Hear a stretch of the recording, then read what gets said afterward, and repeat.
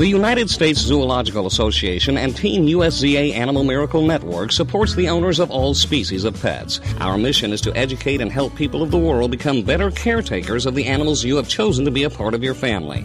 Through the Miracle Network, we strive to grant last wishes for the terminally ill to meet an animal of their choice. It's through education we can save our wildlife and make a better place for them to live amongst us. Join the USZA today at usza.us and become part of a world loving animals. Talk Shit Radio is a Kennedy Studios Productions. The opinions stated by various contributors to Talk Shit Radio and its radio programs are not to be considered as or endorsed by Kennedy Studios Incorporated. Visitors are urged to use their own discretion to draw their own conclusions. All information, products, services, and use of this website is for entertainment purposes only and personal use only. Talk Shit Radio Network does not confirm nor deny the validity or accuracy of the information contained within the website or broadcast. Any services or products provided by Talk Shit Radio Network and its host contributors should be used solely for entertainment purposes only. The United States Zoological Association and Team USZA Animal Miracle Network supports the owners of all species of pets. Our mission is to educate and help people of the world become better caretakers of the animals you have chosen to be a part of your family. Through the Miracle Network, we strive to grant last wishes for the terminally ill to meet an animal of their choice. It's through education we can save our wildlife and make a better place for them to live amongst us. Join the USZA today at usza.us and become part of a world loving animals. Talk Shit Radio is a Kennedy Studios Productions. The opinions stated by various contributors to Talk Shit Radio and its radio programs are not to be considered as or endorsed by Kennedy Studios Incorporated. Visitors are urged to use their own discretion to draw their own conclusions. All information, products, services, and use of this website is for entertainment purposes only and personal use only. Talk Shit Radio Network does not confirm nor deny the validity or accuracy of the information contained within the website or broadcast. Any services or products provided by Talk Shit Radio Network and its host contributors should be used solely for entertainment purposes only. Hey, this is Lewis, and you're listening to Talk Shit Radio. Welcome to Talk Shit Radio. I'm Yvonne. Hey, what's up? This is Tim. This is Talk Shit Radio. I have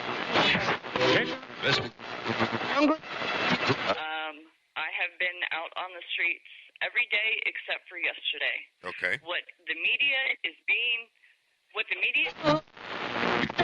Leave the gun.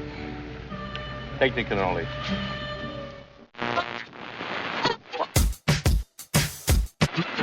So,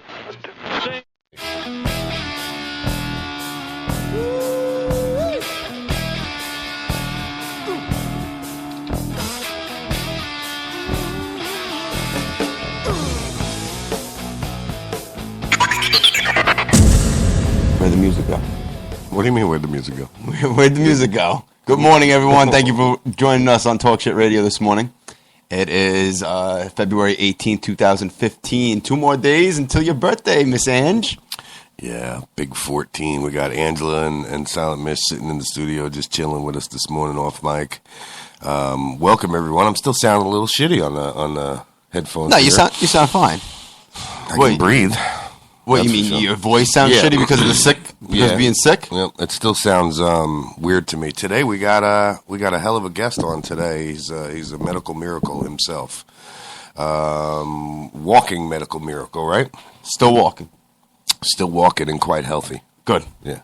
Jeff Waters. Yep, absolutely. COPD patient. Yep, you've seen the pictures of him. I saw the pictures on Facebook, yes. Yeah, absolutely. You go to facebook.com/Talk Shit TV show. Go to our events page. You'll see a picture of Jeff Waters when he was in his medically induced coma just not too long ago. And then you'll see pictures of him later on, what he looks like now. So we'll get those situated.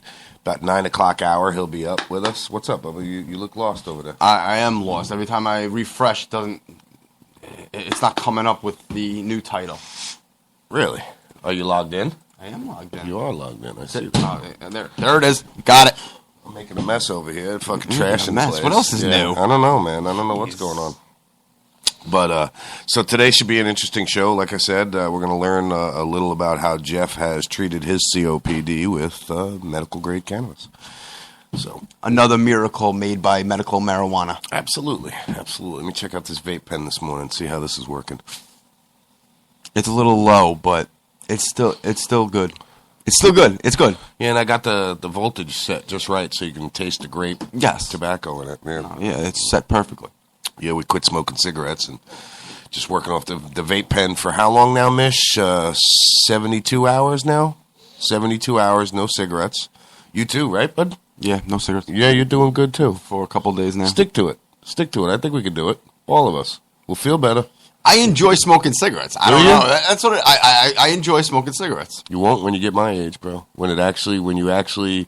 Who says I'm going to live to your age? That's my point. You quit smoking now, you will.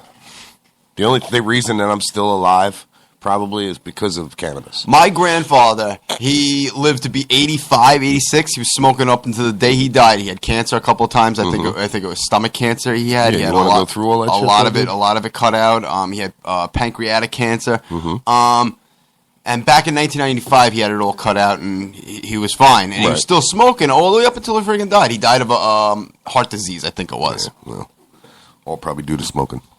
I don't know. But he was smoking all the way when he was, 14, 15 years old or something like that. And back then, it was no non-filter Lucky Strikes. Oh, my God. Yeah, dude. So, you know, that wasn't good for you. Yeah, he was just taking fucking... He might as well just went to the morgue, grabbed him some fucking formaldehyde and drank on it. Well, he didn't just smoke cigarettes. Also, he smoked pipes. He smoked cigars, you know. Yeah, but you know what? I bet you the tobacco back then was a little healthier than it is now. It's probably sprayed with a little less chemicals back then. Back then, no. It's probably... I would say it's a lot worse. You think so? Than now. Preservatives and all the gross shit and the GMO shit. I don't think that matters though, as much as what it was. You know, straight pure tobacco in a cigarette that's unfiltered. I just know how my body feels after 72 hours of not smoking. My lungs are really, really, really starting to feel better. See, people say that after you stop smoking that you have a better taste, you know, in food when you eat and stuff like that. I don't taste the difference. It's not been long enough yet for me, I don't think. You know what I mean? I've always been one of these guys that just eats because I'm a fat fucking slob. Not that I'm a, big, huge slob like everybody says around here that I am. Who says that? I don't know. Maybe Silent Mish once in a while. But really, my daughter sitting right in front of me, smiling away, looking at me going, huh? What? Deer in the headlights. Breaks my balls. Fatty, fat gherkin. Fatty, fat this. Doctor's going to break your ball. Look at that smirk on her face, bro. Not me. What would you do? Who, me? I didn't say anything. It wasn't me. You look fine, Dad. Picturist of health, right? Yeah. But a picture of good health. No, and you know what? It's people like Jeff. It's people like Ricky. It's people like my buddy Joe. When I see him, especially my buddy Joe, when I see him my age, a couple years older than me, and being able to bench 450, 500 pounds. What? You don't like that? No, I didn't say anything like that, but that's crazy. Well, he can. I've seen him do it, dude. That's the crazy part about it. I want to get back to that, bro. There was a point where, I could fucking lift quite a bit. I don't know why I'm locked up right now. What's going on? I don't know. Is it because I have so many windows open? What the hell? What do you mean you're locked up? I can't move. All right, well, stop trying to do things first of all. I know, that's what I'm trying. That's what I'm waiting for. I'm waiting for it to catch up. You're clicking. I can hear it. Click, over here. All right, what I would do, first thing, all right, is shut everything down. Shut all your windows down. All at once. Just hit the big red X. Kill it all. The ones on the right, everything. Jesus. Yep, that's exactly what it is. All right, kill those over there on the side. I got to teach Timmy how to fix his computer live on the air here, guys. No, don't log out. Just shut the window down. You don't have to log out. C cleaner. See it? Big C. Can't miss it. Holy shit, dude. I gotta get close. I gotta get closer to see. I can't see it. Sorry, folks. I know it's a little slow this morning, but I started it, and the computer was fine. I started popping up my stuff, logging into Facebook, started posting. I started reading some articles, and then all of a sudden, after like 10 minutes of me using it, it just started to slow down. You remember how I was pretty good on taking care of all the computers, cleaning them out daily. That. We've been so busy, bro, that it's analyze first. You can. I never do. Or just run cleaner. Fucking clean that bitch. I don't care. I don't want to see what's in it. Just clean it. This is crazy. This is crazy. Here's my number. Yeah, well, What do we got as far as some taxi driver wisdom today? What do you think? I picked up a book because I don't have a computer right now because it's running a cleaner right now. But I figured I'd pick up a book to see, what kind of sayings. Some kind of sayings we got? Well, I just happened to look over and when you picked up that book and saw the taxi driver sayings. So what I'm going to do is, Angela, open up to any random page and give the book back to me. Any page, doesn't matter. Any page, don't matter. Give me the book back. That's exactly the page that he left it on. That's where it was. No, it wasn't. So it says, trust no one. You have to get everything on paper. That's very true. Get everything in contract. It is very true. So what are you saying? You want No, I'm just saying you got to get everything in contract. I'll write you a fucking contract. Don't you worry. I got some paper for you. What do I do now? Run it again. No, I'm just speaking from experience. Make sure you have everything all written down. When I started cleaning the house, the basement that I had up in New York, the basement was a mess. I had fucking garbage all over. Right. And I talked to the guy who bought the house. I said, listen, I'm not going to throw out any of this. I'm going to leave it all down here. He said, yeah, no problem. Okay, so he comes over 2 days before fucking closing and says, listen, you got to clean out the basement. And he said, well, didn't we agree, verbally agree that I'm going to leave whatever, is down here for your crew to come out and take out? And he was like, no, I don't remember any of that. So I called up the lawyer. Of course not. I called up the lawyer and I said, listen, I have all this crap in the friggin' basement. I don't want to throw any of it out because basically it's all junk. Right. The house really ain't yours anymore. Yeah, we're 2 days before closing. I said, I now have to fucking get a dumpster and throw out everything that's in the basement. He said, well, you should have told me. The lawyer's like, you should have told me because I would have put it in the fucking contract. I'm like, thanks. Yeah. Appreciate it. You're my lawyer, and I guess I didn't tell him. Well, I mean, you can't blame him, dude. That's like me saying my lawyer didn't do his job when I didn't tell him about something. Oh, yeah, exactly. You know what I mean? I left out that detail. I threw the friggin' murder weapon in the storm room or something like that. And I forgot to tell you that I was guilty. Some kid found it or something like that and used it. Oops, did I do that? My fault. I should have told you everything. Yeah, exactly. But see, now what I always wondered if you're convicted of murder and you actually did it and you're guilty, do you tell your lawyer that? Like, listen, yeah. If you want him to defend you, yeah, you don't tell your lawyer that. You don't tell your lawyer about that because the lawyer, has to have some sense. Like, I understand he's your lawyer. Look, he's there to defend you. If he's your lawyer and he knows you're guilty, he knows you're guilty. If you're a piece of shit, you're a piece of shit. You can't. He's getting paid either way, though. That's the thing. Like, whether you tell him or not, isn't it sworn to secrecy when you're inside of a friggin' lawyer, inside of his office? You could spray as much perfume on a pile of shit as you want. It's still a stinky pile of shit. You know what I'm saying, bro? And the lawyer's got to be able to see through that. I guess. And do his job. You know what I mean? Without what is the word? Without being prejudiced. Well, that's exactly what I was gonna say. Without being prejudiced or biased against right. So see, I always wondered, like, if the lawyer is defending this guy and he knows flat out he's guilty, he did it. Blood's on his hands. He already friggin' admitted it, and you're still defending him. How does that help you out as a lawyer? It's because you're gonna lose either way. Did you ever see The Devil's Advocate? Not necessarily. Did you ever see the movie The Devil's Advocate? No, I never seen. You never seen that? Well, that's kind of what it's about. That movie about how the law is a perfect place for the devil to embed himself into society, and how you got to watch it. Dude. It's pretty cool. What do I do here? Do I just click close out? it out? Done? You're done with that. Now you're gonna run some malware software. Where do I see this? I couldn't see the big C before. That's okay. I can't even see it. Malware, anti. Yeah, that's the one. That's it.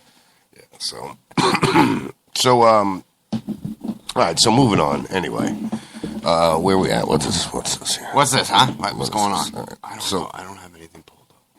I don't have anything pulled up. You're not pulling on anything.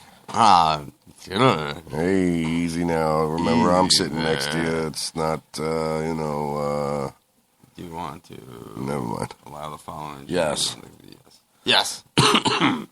So it looks like police are searching for men who tried kidnap 14-year-old girl.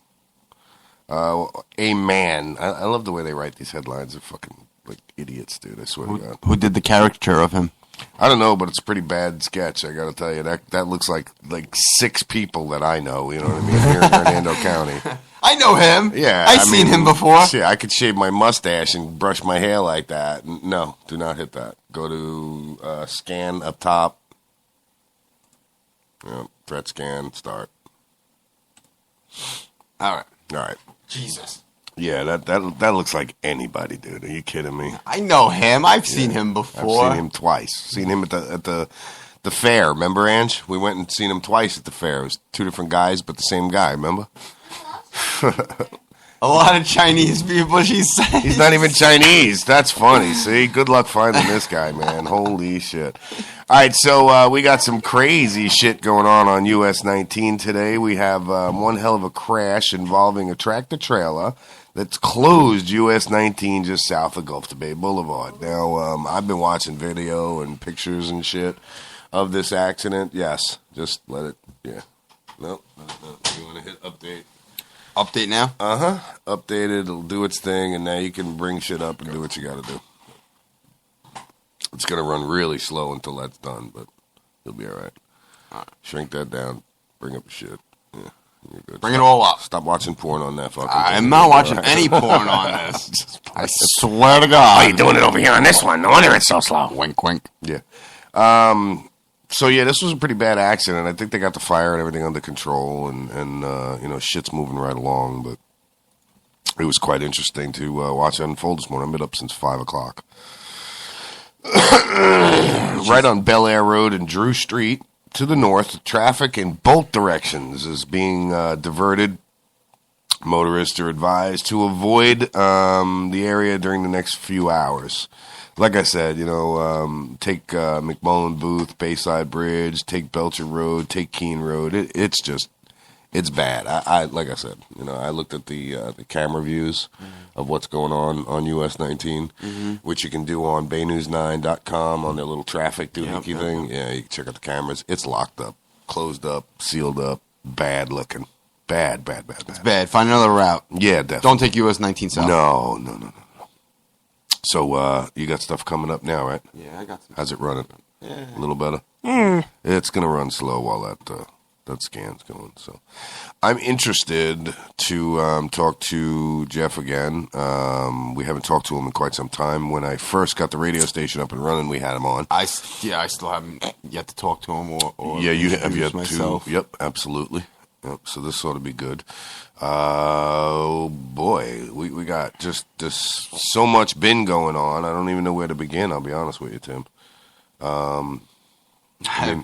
Begin local. Well, I have been, but... Well, we've talked to Patty yesterday at the Two Tails Ranch. Yes. You know what? I was supposed to get back with her, but unfortunately... Well, she's been so busy over there also. It was lucky that you got in contact with her. I was unable to get back to her yesterday as planned simply because I was running around like a madman trying to get things done as well. So I have to call her today after the show. Now, I did put the link to this accident on US 19. God damn, look at that accident. Yeah, that's what I'm saying. Everybody go to the Facebook page, facebook.com/Talk Shit TV show. You'll see Pinellas County News. You click on that, it'll take you Bay News 9's website, their front page, and you'll see just how bad this accident is. So just give you an idea how shitty people drive here in Florida. Not to mention that, you got stupid fucking rubberneckers also looking to say, oh, what's going on? What happened, huh? That's why they got both lanes closed, probably. Yeah, well, that'll happen in New York, too, bro. I used to scream out the window at people. What the fuck? Drive! I do the same exact thing. There's no reason to look. If you want to see what happened, go on Google. Or wait till you drive by it. Go on local news. Yeah, wait till you get by it. You'll see what's going on. So, I mean, look at the area as I zoom into the traffic, the incident maps, and bring up the vehicle fire, Gulf to Bay Boulevard 2 hours ago. You click on, all lanes closed in both directions. All lanes closed in both directions. I mean, it is a bad mess. If you can at all cost avoid 60 in US 19, go a different route. I would. Go a different route. Because now it looks like the Bay Bridge is starting to, back up. McMullen Booth, all before the accident's backing up, heading what looks to be southbound. Alternate 19 starting to back up. It looks like what this is. Excuse me, 686, which is Highland Avenue, Pomosa. It's dropping down to 9 miles an hour. So I mean, it's a mess down there. Avoid it. Avoid the whole area. Everybody who's redirecting their routes are backing up also on different highways. It looks like. Was that the Bay Boulevard? The Bay Bridge. Well, this is the Bay Bridge. That's what I'm talking about. Yeah, Right. The Bay Bridge don't look so bad. This is backed up because of people coming in. That's McMullen Booth right there. Mm-hmm. All right, McMullen Booth is the only really good alternative to get down, and it's starting to back up really bad too because everybody's hearing about the accident and probably going this way right here, and you can see how it's backing up all here Over coming here. into this intersection. You know what I'm saying? Yeah, of course. So it's natural.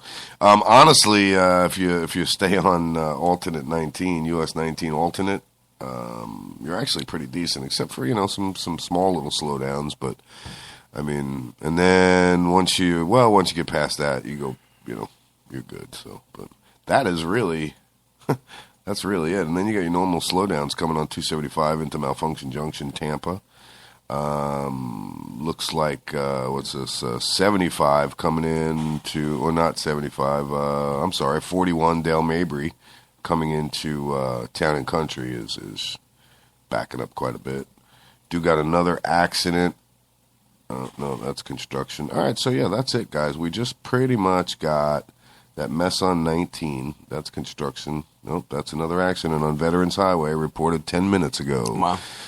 North between Elrich Road, exit 10, and Hutchinson Road, exit 12, 10 minutes ago. So, Traffic is moving slow southbound also. yeah, probably due to rubbernecking and shit like that. Plus, that area is a lot of construction right there. So exactly what it is. It's not shut down. It's not stopped. It's just slow down. So, weather-wise. Weather-wise, the rain has cleared up. It is a little chilly outside right now. It's around 49 degrees where we are in Spring Hill, 51 down in St. Petersburg, 50 in Tampa. There is a few clouds out there still. It's not going to rain for the rest of the day. It'll probably clear up later in the day. Highs about 55, 60 degrees in the Bay Area. What do you think of that wind yesterday? It was pretty decent gusts, 23 mile an hour winds. Yeah, especially in studio here. There was a lot of wind last night. And it's still a little breezy outside right now. Yeah, it is. It is. Makes it a little bit colder, feel a little bit colder than it actually is. It's actually 46.4 is what I would say. Yeah, but would you rather have 49-degree weather or 20-degree weather? New York. Man, I don't That's know. a no-brainer. No, because the humidity here makes this shitty. You know what I mean? Up in the New England area, man, they really got hit with some snow. I don't want snow, but well, I would love snow. Maybe for a little while. I fucking love snow, so I wouldn't mind that at all. It's just the bitter cold, the down to your bone, bitter cold, brisk, brick out. I really can't stand. I mean, it's nice to be outside in the weather when it's snowing, but that's the only thing that's keeping me off. Keeping my mind off of the cold. You know what's nice to be out in the weather when it's snowing is knowing that the warm house is right there, and I get to go in that when we're done. Or a car. Yes, exactly. Either or. Yeah. When we were in New York last time, we went sleigh riding with Angela. And I pretty much, wore like 6 layers of clothes, bottle of blackberry brandy on the inside pocket. Yeah. Yeah, I was ready for blizzard weather and survival times, you know what I'm saying? Does alcohol really warm up the body? Blackberry brandy does, buddy. I'll tell you what, climbing up and down them hills, drinking some blackberry brandy, you warm up pretty quick. We got a decent amount of rain yesterday, too. It looks like 0.53 tenths of an inch, which, for just a sprinkle coming through as fast as it did, ain't so bad. Yeah, it didn't rain all day, It just passed by a little here, a little there, scattered. Yep. Scattered showers. Considering we only got 0.8 tenths of an inch all month last month. Wow. Yeah. So we got, in the last 24 hours, we got more than all month. But that's Florida, isn't it? Yes, it is. It could rain for a whole entire week and then not rain for another month or two. That's correct. There's times that in an hour we could get 6 inches of rain, depending on how fast it comes down. You know, sometimes it comes down so fast that 6 inches will fall in an hour. The streets will fill, but it'll stop so fast that, you know, everything just subsides and goes away. And it floods the friggin' streets. Sometimes and it rains. For a while. Yeah, right. Sometimes it rains constant for a week at a time, 2 weeks at a time during rainy season, and then you get 3 inches an hour to come in and accumulate, and that's when the flooding starts. And you'll see, it's interesting. Oh, you'll see. Oh, Rainy you'll season hasn't see. come yet, though, right? It comes in like April, May, June, roundabout. No, we're in for it here in a couple weeks. It's going to start getting real shitty because the humidity change and everything. And you know what the saying is up in New York, April showers bring May flowers. The same thing here? No, it's a few months way past all of that shit, yeah. I don't know what it is. It's earlier, actually, I think. So we're actually... I don't know, dude. I forget, bro. I don't know. I forgot. So you know what? Climate's so fucking whacked different that down here. I can't even predict it anymore the way I used to be able to. I do know it sucks because it rains every day for like 3 months. I'm in a shitty mood. It's going to rain. I know it. 3 months. I'm telling you, bro. It's horrible. Rains every single day. So, yeah, it sucks. Apparently, temperature's supposed to be dropping over the next few hours, bro. Yeah. They shouldn't be getting higher than 55 degrees today. Really? Yeah. It is going to be a cold night, though. Tonight it's going to be down tonight. 30s, down the mid 30s, about 35 degrees. Brr. So everyone in the Bay Area, cover your like plants. that, might be a frost alert out tonight. Yeah, look at this barometric pressure, how it's rising, bro. See the looking? Oh yeah, See that? I see it. Yep. It's quite an increase. The current barometric pressure is at 23.95 and rising, but you see how quick it's rising. That's no small little deal. Tomorrow, this machine here will be able to give us the future forecasts, what it's supposed to look like. It's been reading patterns for the last 14 days. Oh, so it's giving the average of what the patterns are? That line right there Yeah. represents each day of a 14-day cycle. That'll happen once every 5 to 6 months or when I change a battery.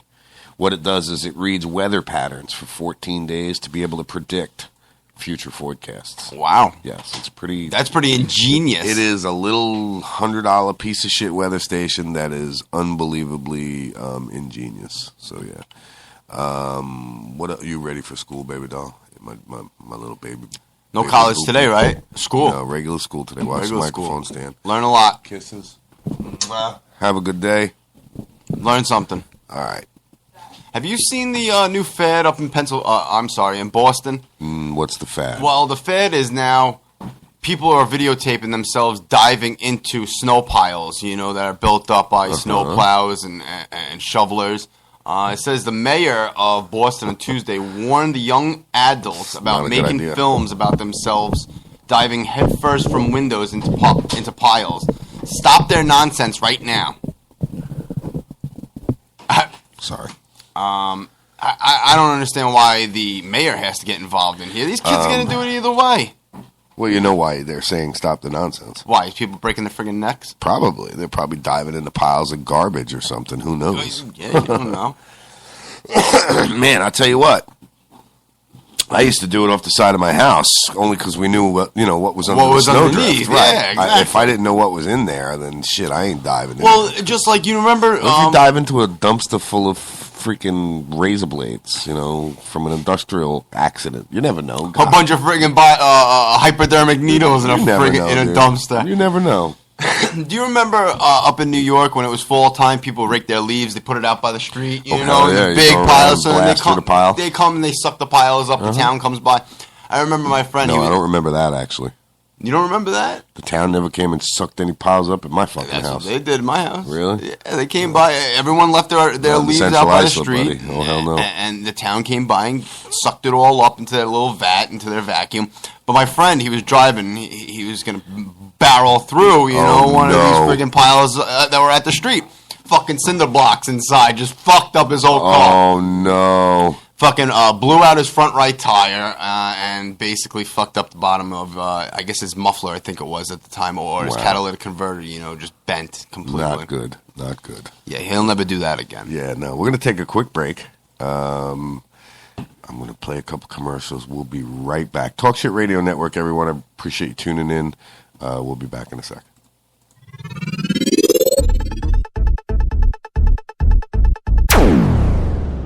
Tired of paying outrageous prices for Viagra? Well, we have great news for you. Now you can finally get Viagra at huge discounts. Healthy Man allows you to save up to $500 on Viagra. Why pay U.S. pharmacy prices of $15 per pill or more when you can get Viagra for less than $3 a pill? Call today and get 40 Viagra pills for only $99. This can cost as much as $600 at your local pharmacy. You can't afford not to call us. If you want Viagra at the lowest prices, never pay $15 a pill pharmacy prices again. Get Viagra for less than $3 a pill. Call 1-800-441-3678 today and save up to $500 and get 40 pills for just $99. Healthy Man is fast, easy, and affordable. Operators are waiting at 1-800-441-3678 to take your call now. Call 1-800-441-3678. That's 1-800-441-3678. Again, 1-800-441-3678.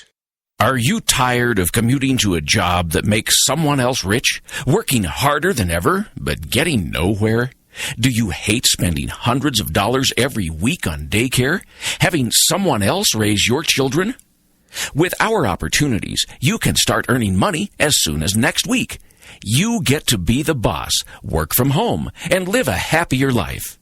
At Be the Boss Network, you'll find hundreds of work-from-home opportunities that you can literally start today and be earning money as soon as next week. Go to freedom150.com and start earning money as soon as next week.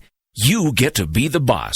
Get out of the rat race. Work from home. Go to freedom150.com right now and change your life today. That's freedom, the number 150.com. Go to freedom150.com and start earning money as soon as next week. You be the boss. Go to freedom150.com. The United States Zoological Association and Team USZA Animal Miracle Network supports the owners of all species of pets. Our mission is to educate and help people of the world become better caretakers of the animals you have chosen to be a part of your family. Through the Miracle Network, we strive to grant last wishes for the terminally ill to meet an animal of their choice. It's through education we can save our wildlife and make a better place for them to live amongst us. Join the USZA today at usza.us and become part of a world loving animals.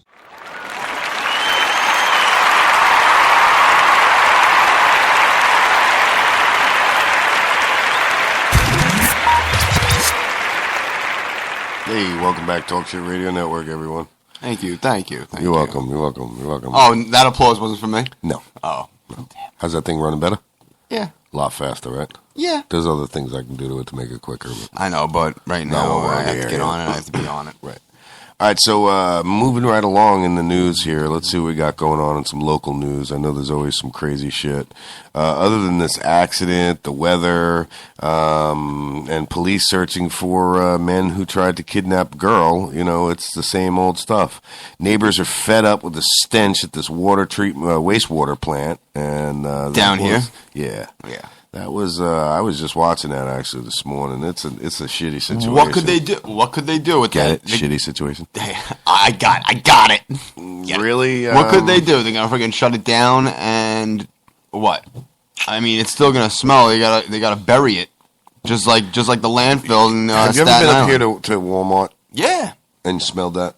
Yeah, I smelled it. Well, that's what it's like, and their house is like right next to it. This is in Trinity, Pasco County. So everybody in it is putrid. Hernando Beach are smelling this day in, day out. Putrid. Yeah. And by next year, they're closing that fucking place. They should. Yeah, it's done. They're closing it and probably rerouting the poop someplace else. They're gonna pipe that shit somewhere else. You know where they're gonna pipe it? Not to the Gulf. Right to the Gulf. No. They're gonna start dumping it in there. Just gonna dump it right into the Weeki-Wachee? Yeah, right into the Weeki-Wachee River. Yeah, no, I somehow seriously doubt that. Then you start seeing these sea cows, manatees, upside down, wondering what the heck are they sleeping on their backs for? Either that or growing legs in a few years and just walking up an extra river going, eye. Hey guys, what's going on? You start seeing them walk up on shore. They grew legs. Yeah, not good. You never know. That nuclear power plant goes down. You never know. They actually go up there and hang out in the warm water. Where? On Crystal River? Up in Crystal River, yeah. Really? Yeah, because it's gets really, really cold sometimes. Like now, this time of year, the Gulf temperature drops, so they'll go, into springs where it's 72 degrees year round to stay warm, or they'll go to the exhaust ports of the nuclear power plant. So. The exhaust ports for cooling water. Cooling. The water that they bring into Cooling the tower, nuclear, cool the plant down, and then pump the it back chilling out. tower or whatever it is. The cooling tower is what it's called. The cooling tower. Yes. Sorry, the chilling tower. All right, so famous children's author visits Spring Hill High School. Who? Who? I don't know. I don't know. I'm waiting for this. Let's see how famous she is. Her name is Diane DeGrout. Don't know her. New York Times best-selling children's author and illustrator. On Wednesday, she stopped by Challenger K-8 to visit the students. I'd never heard of her, but that's pretty cool. You know what I mean? It gives them a little something. Did you have any authors come into school when you were going to school? No, they would get arrested.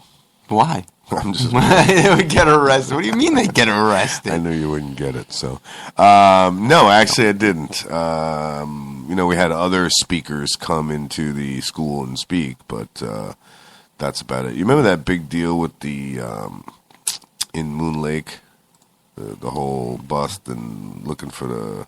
Well, authorities say the SUV used in the triple slaying suspect was found.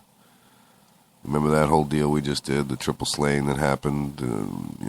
Was it the road rage you're talking about? Well, they found the thing in Hernando Beach, the vehicle authorities. Oh, yes. I remember. It was the stolen car that was found in Hernando Beach, and they picked up a new car and drove. Right. Yes. Yeah, I guess they're looking at all of that still. They did find that missing fisherman in Hudson. Remember, you reported about that yesterday. Yes. They found his body, and it wasn't Tony. And it wasn't Tony. Although the boat kind of looked the same. Damn. Yeah, no, damn. Even though Tony's a shitbird, I wouldn't wish that on him. I wouldn't wish it upon anybody either. Although it would be funny if we did see his boat on the news and because he did something stupid. Because he did something stupid and he was stranded out in the middle of nowhere. Crashed on a sandbar or something. Yeah, like that. now he's on a deserted island. Eating fucking... Helicopter flies, Bay News 9 helicopter flies by and sees him and Maria's big giant asses sitting on the boat going, "Hey, where's Duck? You won't come get us?" Stuffing their fat faces with shrimp. I posted this story on Facebook because I saw it. It was very intriguing. It was very interesting. Intriguing. I would love to have been one of these divers. Divers stumble across Israel's biggest discovery ever of gold coins. Really? It says the divers initially thought that the gleaming object they noticed on the seafloor of Israel's coast was a toy coin from a game, but soon found out they were real. Their discovery a few weeks ago led to the trove of nearly 2,000 gold coins that had languished on the bottom of the seafloor for over 1,000 years. The Israel Antiquities Authorities started inspecting it. It was one of the biggest hauls of gold coins ever discovered in Israel. That could lead to further archaeological digs. It was probably a shipwrecked. There was probably a shipwreck there. Where were they from? The coins? Do they know yet? It doesn't say. They have not but identified. it was in the Mediterranean harbor. Oh, wow. That these gold coins were found.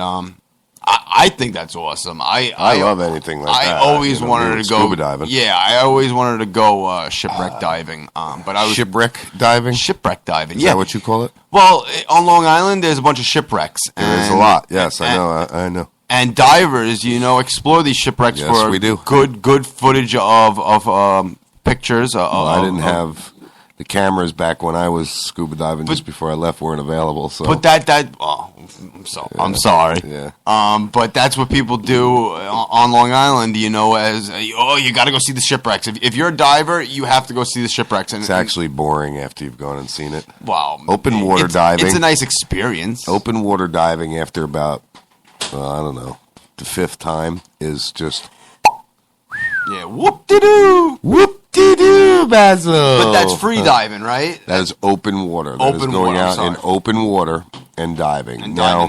River diving is different because there's always something new to see. The river is always changing. You just, you go down the rivers with flags and stuff like that. Certain rivers around here have springs that you can go down a few feet into, underground caves.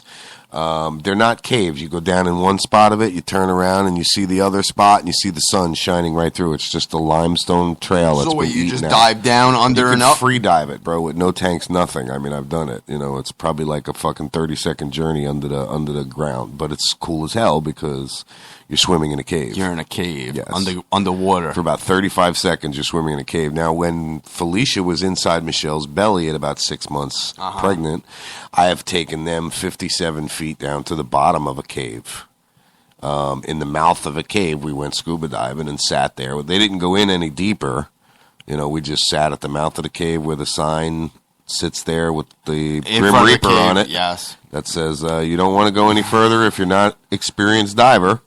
So at that point, she wasn't. Did you go in? Of course I did, bro. I have my certification. At the time, I had an advanced cave certification. Water. Prior to that, I had a cave my cave diver certification. Yeah.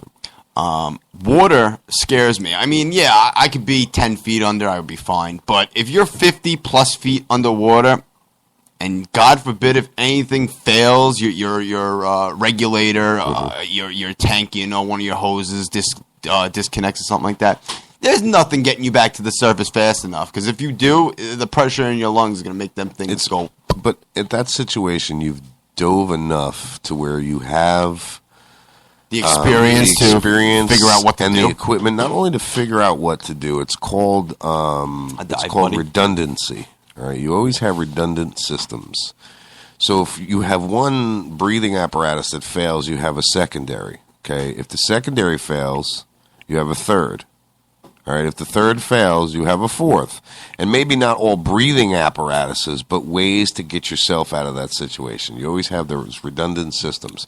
Now, the best way nowadays, because of technology, is to use a rebreather. Mm-hmm. All right, and a rebreather takes carbon dioxide and cleans it, filters it, and gives you fresh, clean oxygen. With what? What's the matter, baby doll? What popped? The plug popped. The little. That don't sound good. We know like poppy. Yeah, so anyway, moving on. But it's a cool gig, bro. You got to try it one day, someday.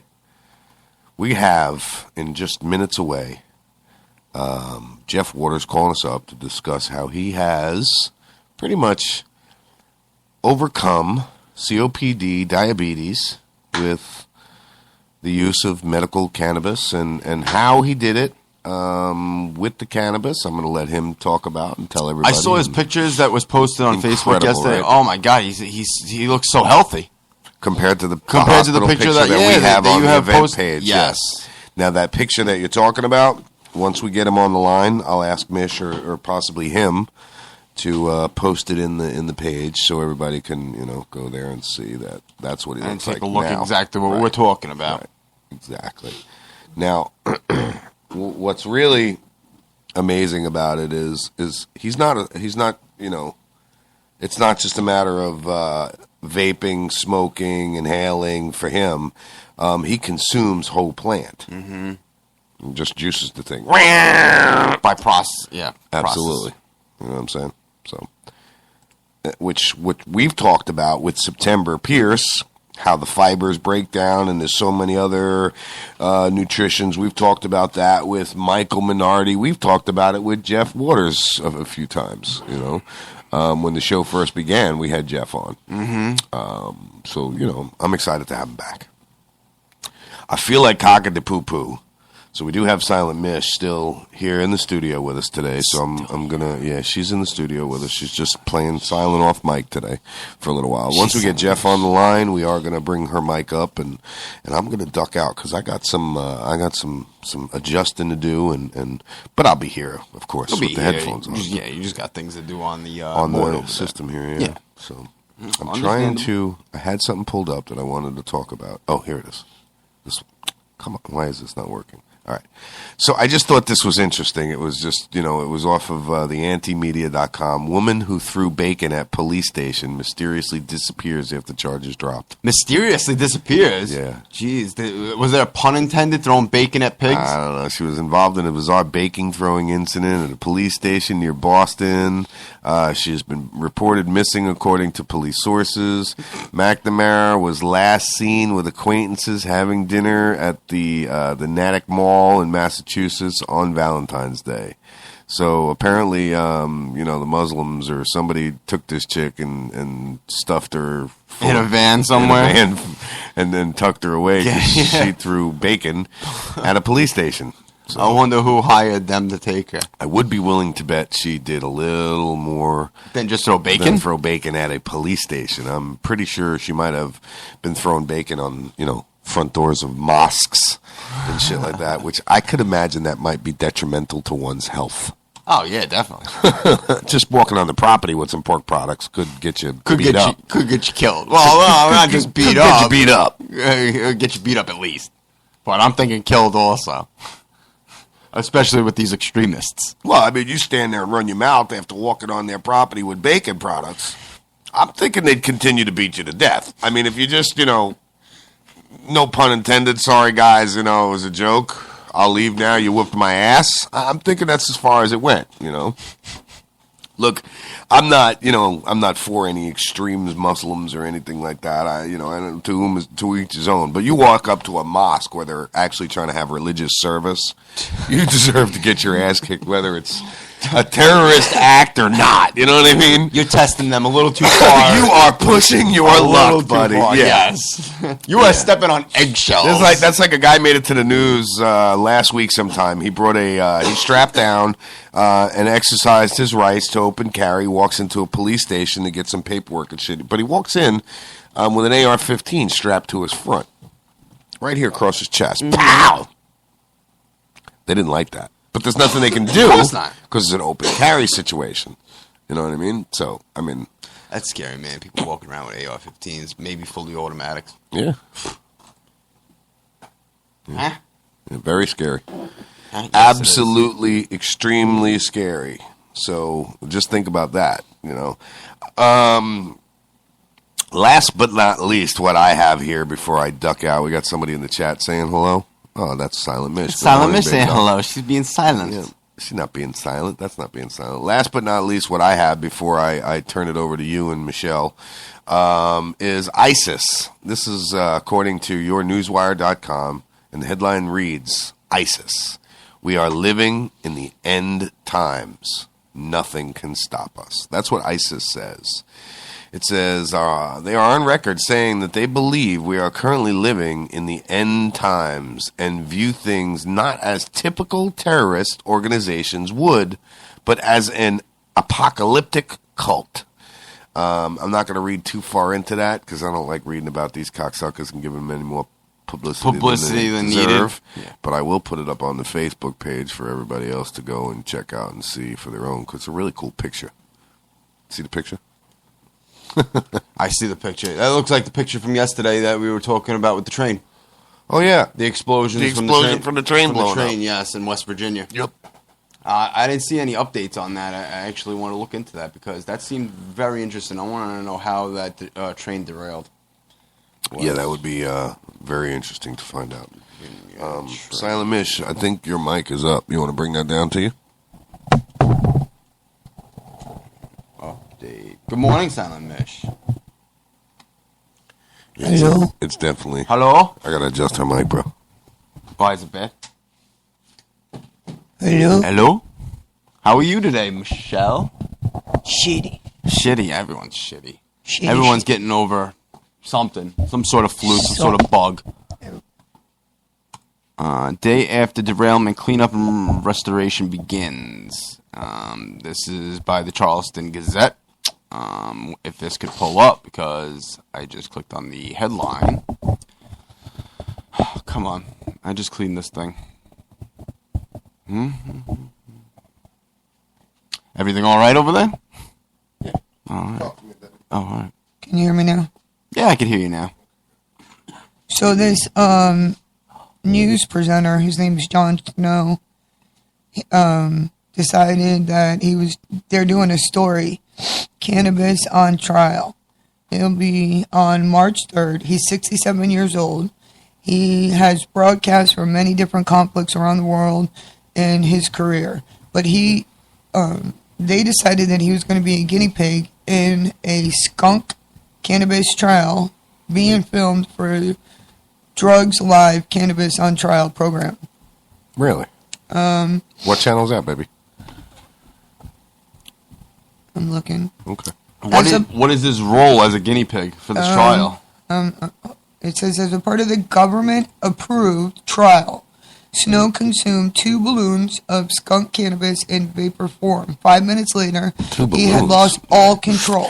Oh, vapor. Okay, I'm like balloons. Skunk is potent form of cannabis that contains high levels of THC. By the time I was completely stoned, I felt utterly I felt as if my soul had been wrenched from my body, he wrote in his blog. There was no one in my world. I felt like I had lost all control of awareness and what I did on this earth. Yeah. Do you know you can die from using your iPhone in the tub? Really? That I believe. A Russian woman has died from electrocution after dropping her iPhone into the bathtub. Well, you can Google. There's some kids, they sleep with their phones in their beds. I will no longer allow Angela to do that due to a girl. It burnt through her it was pillow plugged in. and burnt her face. Burnt her face? Yeah. While she was sleeping? Yeah. It was just because of how hot it gets. Mm-hmm. How hot it gets. It I shouldn't be posted that on one a picture. bed. It needs to be on a dresser. And it shouldn't be laying on its back or anything. You should have it in the stand, really. In some kind of stand. Yeah. Because it will get hot enough. Look at even laptops. Yeah. Everybody, Burn your you leg. can't just put your laptop on your legs. You're supposed Radiation to have burns. something because I've read plenty of articles of people burning themselves. But this girl Internal was radiation young. burns, too. This girl was young. Which girl? I want to talk about Go ahead. something that was on TV yesterday, and it really bothers me. It's the Slender Man story about the 2 girls that stabbed the other girl so many times. That was back on the news? Yes, it was back on the news. They went for trial. Okay, they are and going now to the trial. girls are saying that they were afraid that Slender Man was going to kill their family. That's why they did it. Of course. I feel that they should be tried as adults. I feel the same way. They were old And enough that's to know all the I really difference. want to say about that. Because this girl, I love this girl, the girl that got stabbed. She's she's out in the world again. She's put her life back together. She's, she needs to feel safe. How long ago was this incident? Last year? A year or so ago, yeah. Yeah, some Slender Man. Have you ever heard of it? No. Slender Man. I've heard the Slender Man game or cartoon or whatever. Slender Man is a really skinny guy that it's a fictional character that they go ahead and kill people and tell people to kill people. I've never even looked into it that much, so I really can't even. I did because I wanted to know what it was I about. remember you did. I thought it was to, sick, so I didn't want to look into it. So I figured at least enough you knew about it. You know what I mean? So, I think that it's completely and utterly ridiculous. Wow, these girls were young at the time of them stabbing. Yeah, see, okay, he's bringing 13, it up now. 12? Yeah.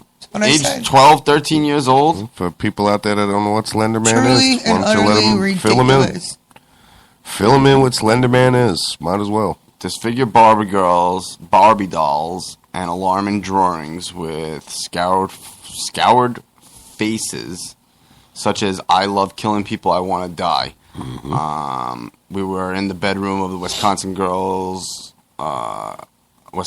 accused of stabbing a friend repeatedly in order to please the fictional horror character Slender Man. A private investigator testifies Tuesday. Tell me that's not sick, dude. Yeah, that is sick.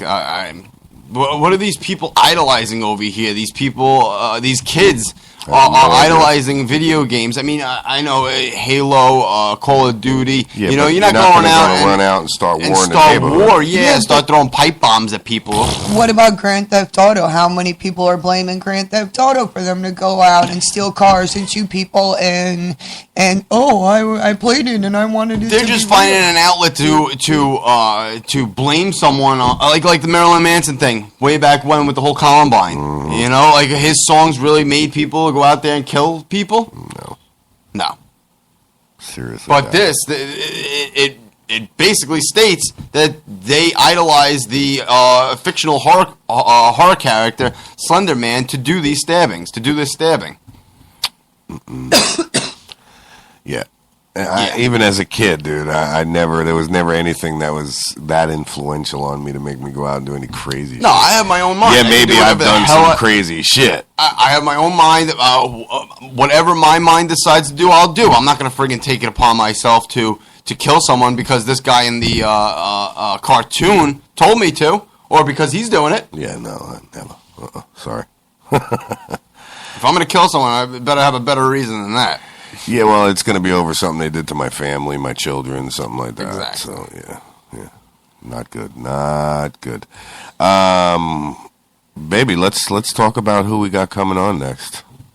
Let's familiarize our guests because we're about 4 minutes away from him calling in and talking about him. So. 4 million. 4 minutes. Well, I was looking at this, bro.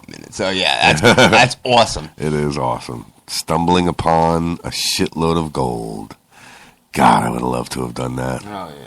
And then I'm looking at this post from the GW Zoo over there where Joe is, and it shows what looks to be a bangle, I believe. Mm-hmm. Who wants to come rub my belly? Yeah, I'll come rub your friggin' belly. And then this guy going, Joe. someone come rub my tongue. And that's a liger. That's a liger. And then it shows a picture of the lake there. Yeah, that's beautiful. Look at that. Camping and fishing, and we're going fishing, bro. Oh, I want to go fishing. I'm not worried about that. I want to go. I want to go out there camping. That's what I want to do. You know what? Right on the shore. I wonder if we can run a long extension cord to the boat and go fishing off the boat. It's like, yo, you're crazy over here. We can broadcast from the boat. Can you think about what you're saying? I got a trout. Didn't we just talk about the iPhones being dropped in the bathtub, plugged in? Now you want to plug your broadcaster in now you and want to run plug the camera an extension cord across a lake? In the little paddle boat I see sitting right there? Yeah, well, the little 2-man paddle boat. That ought to go good, man. That would make for some Joe Exotic TV. Yeah, push me in. That'd be great. You could actually change the name, to Joe Exotic's Joe Moronic episode. Because that would be the Joe Moronic thing that we could do. I tell you. Running an extension. Could you picture it, dude? With one of the wind-up coils. Keep paddling, Timmy. I'm unrolling as we go. I got it taut. All right, Mish. Plug it in. It's not in the water. It's all right. We're not going to get killed. Yeah, until someone falls in with that fucking extension cord in their hand. What would you do? You jump into the water or you fall into the water. You got an extension cord in your hand. You got to let it go. You got to throw it back on the boat. I'll tell you what you would do. You'd go... Fucking smoke coming out of my eyes. You wouldn't have to worry about fishing, I'll tell you that. You'd catch quite a bit of fish in that lake. Oh, Jesus. That's the last thing I'd be worried about is catching fish after I'm getting electrocuted or in fear of getting electrocuted. You know one thing that sucks about when we're going? What? It's cold? To visit the GW Zoo. What? Nah, screw the cold. I don't care about the cold. We're gonna miss Grizzly Adams. So we got Jeff Waters calling in. Good morning, Jeff. How are you this morning, sir? I'm doing great. How are you? I'm doing excellent. You hear the difference in the phone? I do hear the difference in the phone. It does Good sound morning, good. Jeff. Yes, it Good does. morning, Jeff. You're live on air with TalK Shit Radio. Hey, morning. How are you guys? We're doing excellent, buddy. We're doing excellent. We've been talking about you on and off. Trying not to give out too much information because, listen, I've said it. We've talked to a lot of people that use cannabis to heal themselves, but no one more story more interesting than yours because of where you've come from. And I'll just say a medically induced coma, death. You were gone. I mean, Jeff Waters, You're the man, bro. I was. I was. It was such a dire situation that my wife didn't know each day when she'd come. She had still to go work, so she'd have to go to work and come after she got off work to visit with me and see me. And every day she didn't know if I was going to be alive when she got there. You know. Yeah.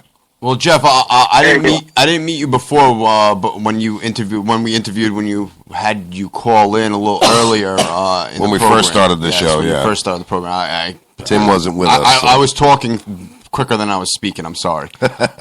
Could you basically tell your story of what had happened? Sure. I'm going to give a nutshell on it because I want to spend a lot of time and get over and talk a lot of topics with you today. But perfect. What happened to me was about 8 years ago.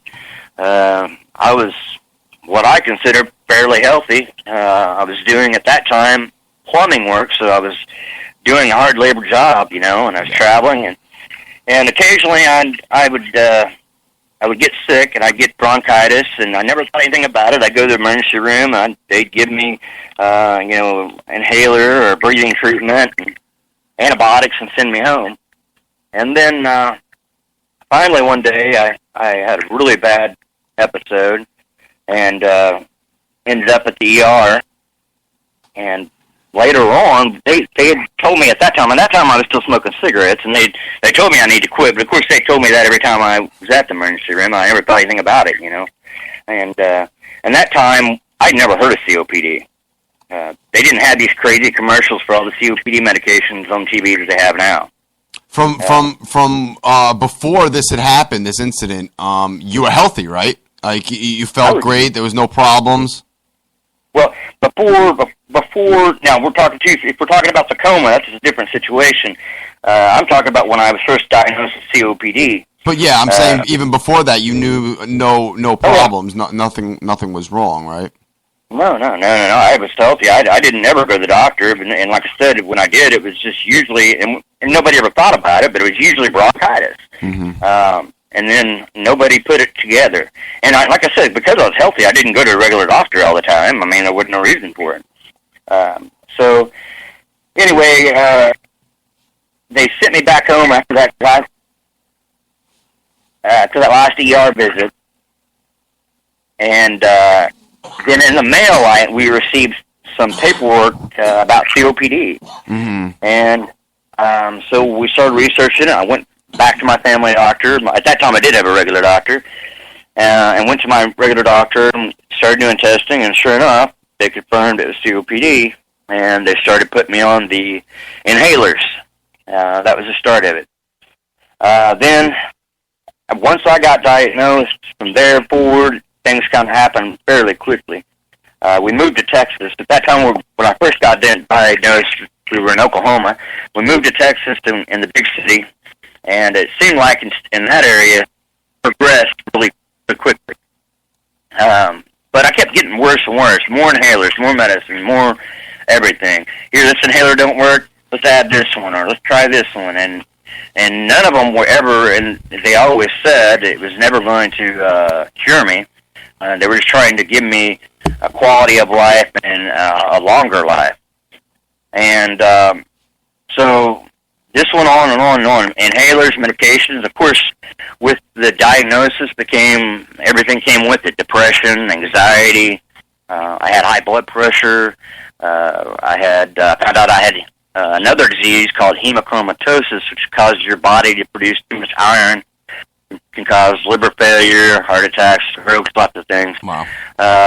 And that there's no cure for that either. The only thing that can do for that is basically a blood draw until they get your iron level at an acceptable level, and then you have to just continually draw it every month or 2 months to maintain that healthy iron level. So I was hit with those things. I had a lot of different medical issues come up about that time. I had to have my gallbladder out. I had lots of things going on. But snowball. Anyway, they had me on. I think I don't have to count back again, but anywhere from 15 to 18 medicines at one point. Wow. And I would go to work, and at that time, when we moved to Texas, I took a job, and I did credit and finance and that type of thing, and I worked in an office.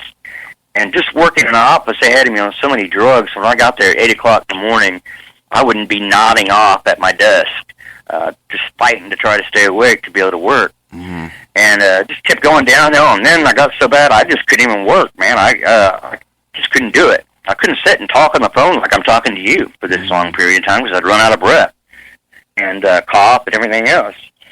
And so finally, it just got so bad I couldn't work anymore. So I stayed home, and I started doing some things at home to try to make some money, selling software and doing computer repair and little things there and there. Made do for a while, filed for Social Security and Disability, fought with them for a while, and came back to Oklahoma. I was dragging a oxygen hose around. I was stage 3. Also, I need to say that I'm also Alpha 1. Alpha 1 means that you have the gene in you for COPD, and you can get that from your parents. It's inherited. You can also carry it on to your kids, and sometimes, if you're lucky enough, you won't even give it to your kids, but you'll still have the gene. And if you have it aggressive enough, then you have to take treatments, infusions for it. That's the first time I've ever heard of that. And what is it called again? Alpha 1. It's Alpha 1, yes. And your doctor... Everybody should be tested for it. And if you go online, you can find a couple places that do it for free through the mail. And like I said, it's something everybody should be tested for. It should be standard testing these days, but it's not. Yeah. But that's the other aspect of there's a lot of COPD people that are Alpha 1, and there's some that aren't. But I am one. I'm one of the lucky ones. I'm COPD 4 right now. But anyway, at that point, I was so bad. I was on oxygen, jogging an oxygen tube. My wife was having to help me shave and bathe at times, and it was just horrible existence, man. And the inhalers weren't doing any better, and I felt like shit, just to be honest with you. And it used to be, and early on, I had good days and bad days, and more good days and bad days, and it became more bad days and good days. And the good days are so far in between, man. It was horrible. But so finally, I'd been taking, as I said, blood pressure medicine, other medicine. I've been taking a blood pressure medicine called Lispernol for about 3 or 4 years. And all of a sudden, one day, I woke up. I thought I was having a sinus infection or something. I felt a little swollen in my nose and my face. I didn't think much about it. I went on about it. Well, then it kept getting worse, so we went to an ER local, and it's McAllister Regional Medical Center in Oklahoma. Went there. They basically gave me Benadryl and sent me home. That was their remedy for it. Just give you Benadryl. No other tests. At that point, they didn't run any tests. No, they didn't do anything at that hospital. So we came back home, and within 48 hours, I ballooned up. My face started swelling so bad, and so we went to another hospital, Muskogee Hospital in Muskogee, Oklahoma. They said I had, I think they said I had bronchitis or something, and they gave me some antibiotics, steroids, and something else for the swelling. I don't remember what it was. Anti-inflammatory, probably. Sent me home again. Came home, and within the next 24 hours, by that time, I was in such bad shape. I looked like I'd been in a 10-round boxing match and just lost bad, horribly. And it wasn't even recognizable in my eyes, and I was so swollen. And I posted that picture before on Facebook, but anyway, so at that time, my wife was really scared. And so she asked the neighbor what thought we should do, and she said, you need to take him to Tulsa, which was an hour away, but it's a bigger city with better hospitals. So that she drove me to Tulsa, and we got to St. Francis Hospital. We ended up saving my life, but we got there, and a lot of that period up there, I was so out of it, I don't remember a lot, but within 24 hours, they had me incubated and in a medically induced coma. Wow. And from my wife's standpoint, what happened is this. We got there, and I do remember them saying to me something about incubating me and all that, and I was just so out of it, man. I was way out of it. And on top of that, they gave me a shot of morphine, And I never had problems with morphine before, but for some reason at that time, with everything going on in my body, that it made me crazy, man. I was seeing things and everything else. But anyway, were you still on those 18 medications at that time? Yes, I was on all those medications, man. So when I got in there, they got me in there, and what had happened was I'd had a severe allergic reaction to lispanol, and that caused the swelling. And also, I didn't know it, but I had staph pneumonia. I thought I felt like shit so much, I just thought it was a COPD, and excuse my language, but that's the truth, you know. And so I never thought anything about that. So I had my lungs were in really bad shape, and so they put me in there.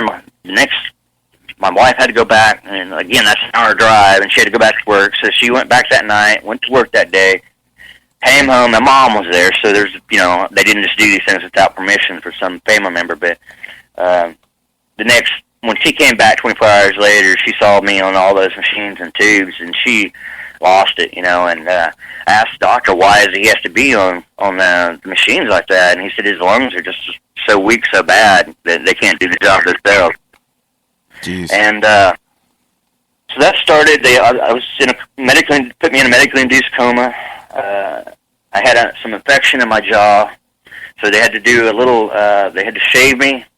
Then they had to go into my jaw and cut some infection out.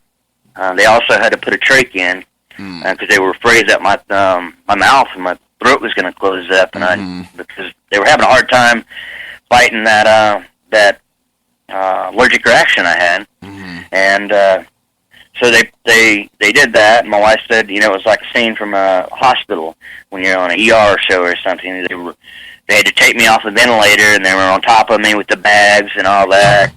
And she said, I haven't had a tear in my eye, and of course I don't remember none of it, but it was a horrible deal, man. I spent 28 days in there, and at the end result, now, whenever I started coming out of it, the doctors that were taking care of me, and I had tons of different doctors, allergy doctors, lung doctors, everything, and some of these doctors were fresh new med students, actually, and a lot of them were from overseas, from other countries, and they said, look, these COPD medications that you're taking, a lot of them increase your risk for pneumonia, and if you get pneumonia again like this, your chances are you're not going to make it. Wow. And so we need to get you off some of these COPD medications, and we need to get you off some of these other medications. We need to get you on vitamins and things of that nature. And they wrote me scripts for vitamins and stuff. And that got me thinking, after I started coming home a little bit. I still had some medications I was on. Some of them I wasn't on in there. Some of them I got off of when I was in the hospital, like a couple, like the anxiety meds and things like that I got off of in there. And there was a point when I was in the hospital, whenever I started coming near the end of my stay there, when I was finally all of my senses, where I started just rejecting some of the medicines they were bringing me and stuff and say, no way. And so I got home and was on less medications and still I felt better after, of course I should have. I've been asleep I was in there for 28 days, and for that 28-day period, most of that 28 days I was in a coma. In critical care. Yeah. I think I was. Isn't that wicked? I came out of critical care for maybe a week or so, and then I came home. It's amazing. Yeah, but and that's the thing about it. And my wife were talking about it last night. When it comes to medical marijuana and cannabis, and any treatment, not everybody's going to have the same result. Not everybody's going to have what it takes to beat any disease or any illness. No matter what treatment. Sometimes you have to have something inside you that forces you to fight and to do things, and something inside you, and not everybody has that. And fortunately, I was blessed with that from my early age. And for me, even when I was in the hospital, I knew there was something going on with me. I didn't know what, but I knew I had to fight, and I knew I had to do this on my own, and I had to, I couldn't just give up. And So and I'm glad to say, I'll tell you this: whenever they moved me from the critical care unit to a first regular room, all the nurses and everybody in that critical care unit were clapping, and then whenever I got ready to leave, they asked me if I wanted a wheelchair or if I wanted to walk out. And this is the type of attitude I had. I'm walking out. Yeah, I don't blame you. No, yeah, I do the same thing. You had the willpower and the strength to get up and get out. You're going to walk out on your own 2 feet.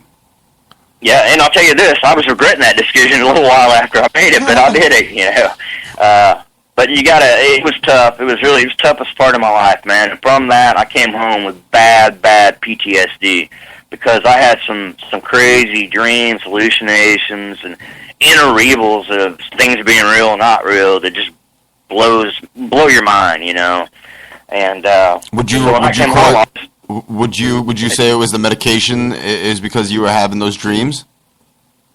I think, I don't know if it was the combination of the complete sickness of my body and the medicines they were giving me. You gotta understand, I forgot about this, I contracted MRSA while I was in there.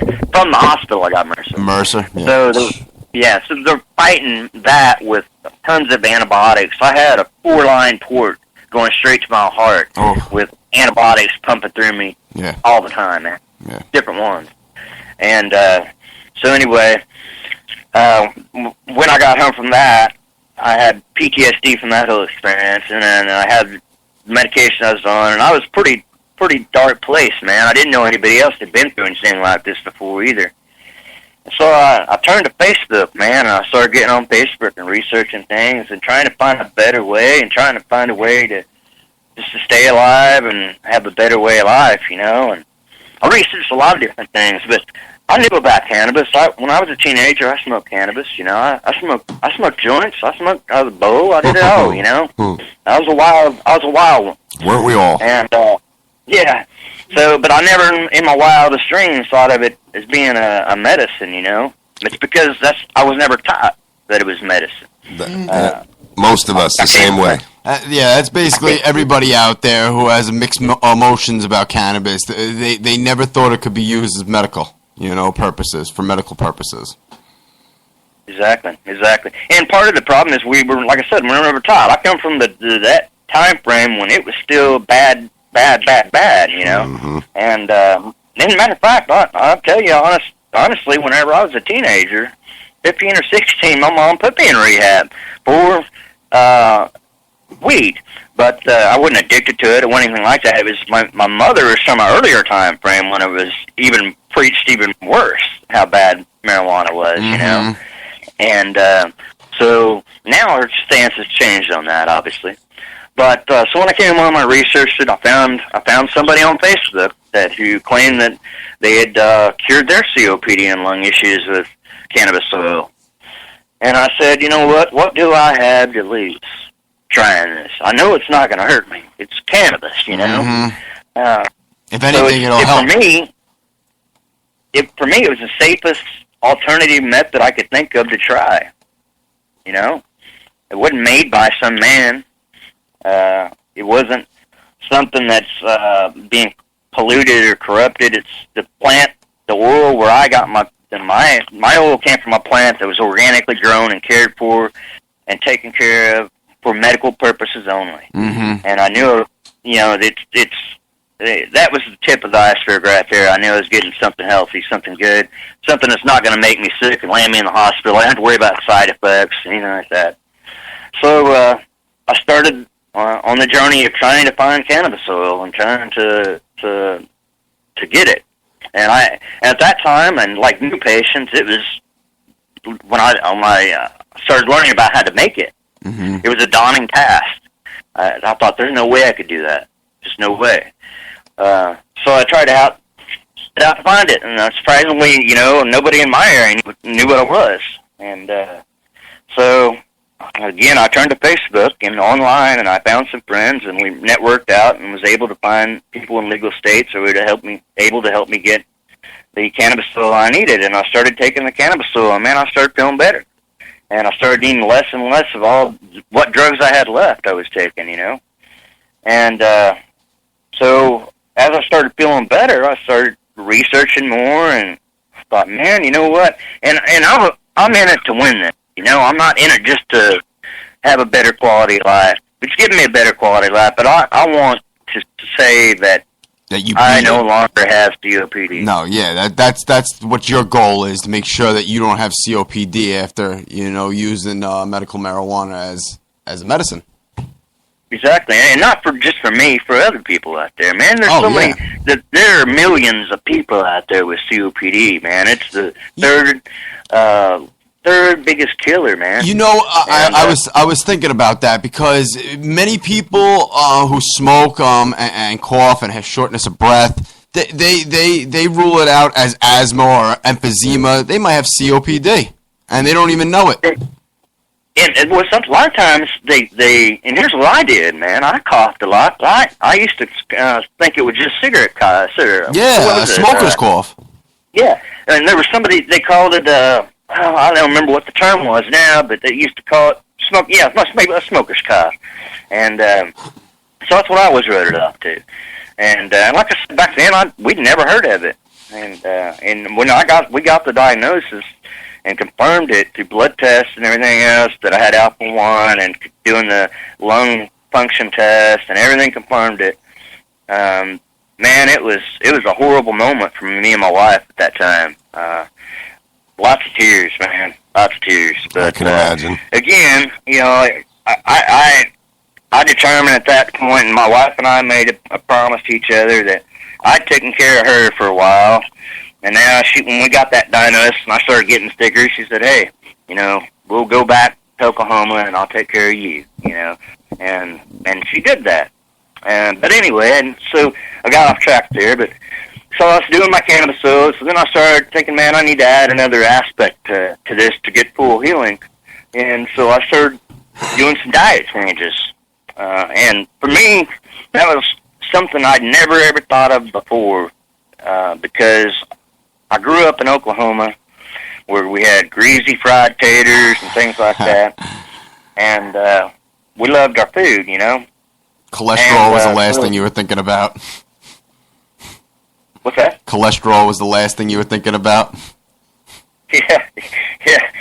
So, but we'd anyway. So I decided to do some diet change. So I started doing little things, man. I knew that if I tried to change my diet and do everything at once and go radical on it, it wouldn't be successful. So I just incorporated little things here and there. I started drinking lemon water more. That's one of the first things. Then I started eating more fresh fruits and vegetables, and I would snack. I got to where I'd snack on fresh fruits and vegetables all day. And then eventually, and the next big step was I used to be a big Mountain Dew drinker, and I would drink probably 2-liter bottles of that a day by myself. And so I decided to ditch it, man. And no, that's a good thing. Yeah, so I ditched it. I ditched Mountain Dew, and just doing lemon water, cucumber water. At that point, that's all I was doing. Now I drink a few other things, but at that point, that's how I started. And started doing incorporating, getting crap out of my diet and putting better things in is what I would say. And less and less sugar, to where I hardly ever have any sugar. I try not to do much frozen foods and things of that nature, processed foods, and I try to eat pretty healthy. I got a juicer, and that helps. I like to juice, and as I started feeling better, I started exercising more, and people ask me, what was the first thing you were doing as exercise? Well, the first thing I was doing as exercise, I was still at home in my PJs getting well. So I started cleaning the house, you know, up from top to bottom, and everything I could think of. And with the energy that you had, I started feeling better and having more energy. I started walking. Yes. And I'd walk around the block and walk here and there, and next thing I know, I'm walking 5 miles a day, and feeling good, you know. And all this from using cannabis oil and dropping bad foods and dropping pharmaceuticals. Yes. And that's what we wanted to talk about, was how it helped you in your life and your road to recovery. Because if you feel comfortable enough, how do you use medical grade marijuana? How do you what? How do you use it? Like, what form do you use it in? I started out just using cannabis oil. I used a drop on my tongue or under my tongue. I preferred it on my tongue. Mm-hmm. And I started out with just a tiny pinhead, and then worked my way up to where I was doing about a half a gram a day, split up into 3 doses. And then so when I first started, man, I didn't know about smoking or vaping. I didn't know if that would be beneficial. I felt kind of iffy and not sure on it, you know. Mm-hmm. I'd never tried it, so I stuck to cannabis oil. And I didn't have access at that point. I don't live in a legal state, you know, so I can't just go out to the corner, you know, to the dispensary and get what I need to make my oil or edibles or whatever I want to do, No, you know. totally understandable. Makes it a little more tricky, you know. Of course. So anyway, eventually I've been lucky enough here and there to be able to get my hands on some product to be able to make my own edibles and butter. And I don't have cannabis oil right now. I've lost some access to it at this point. And it's like, and again, being in a legal state, tough. So I don't have that. Right now I rely on some tinctures that I do have and medibles. Yep. And I infuse my butter in just about every meal I have. And if the product comes along and I have it available and I need to immediately have some relief, I have a little glass bong I'll throw it in if I have to, a little glass pipe, and it get me about 2 hits off of it. And I'm waiting on a vaporizer to come to me, and I ordered one. That's what I really want to start doing, is vaporizing. And I've ordered one, but I got ripped off by a company down there in Florida, my friend. Oh, wow. So, Goddamn. I know there's so many scam artists out there right now. It is so sad. You see how many websites I'm on when it comes to cannabis and how it's helping so many different people. And every time we be careful about. There are people out there that have nothing but the worst intentions and to prey on people, and they know people are sick, and they take advantage of that. And it's horrible and the worst type of scum of the earth in my book. Oh, yeah. I put them on blast. I put them out there and let everybody know, do not order from this person or that person. Right. I'm going to tell you right now that you have the best way, as far as cannabis products and cannabis oil, it's best to grow your own and do it yourself. It's not hard to do. It's very easy to make. Like you there's said, videos out there of an older lady. I have a video of an older lady that's just a great video. Makes it. Shows it very easy. Anybody can watch it and do it. And right now, tides are changing. That's the other thing I want to talk about. You know, I'm in a legal state. And a lot of things have happened to me, man. I was forced to resign my job. I went back to work after 4 years. That's what cannabis oil did to me. Mm-hmm. It took me back to work. It didn't take me on to meth. It didn't take me out into jail, you know, doing something to get me in jail and trouble.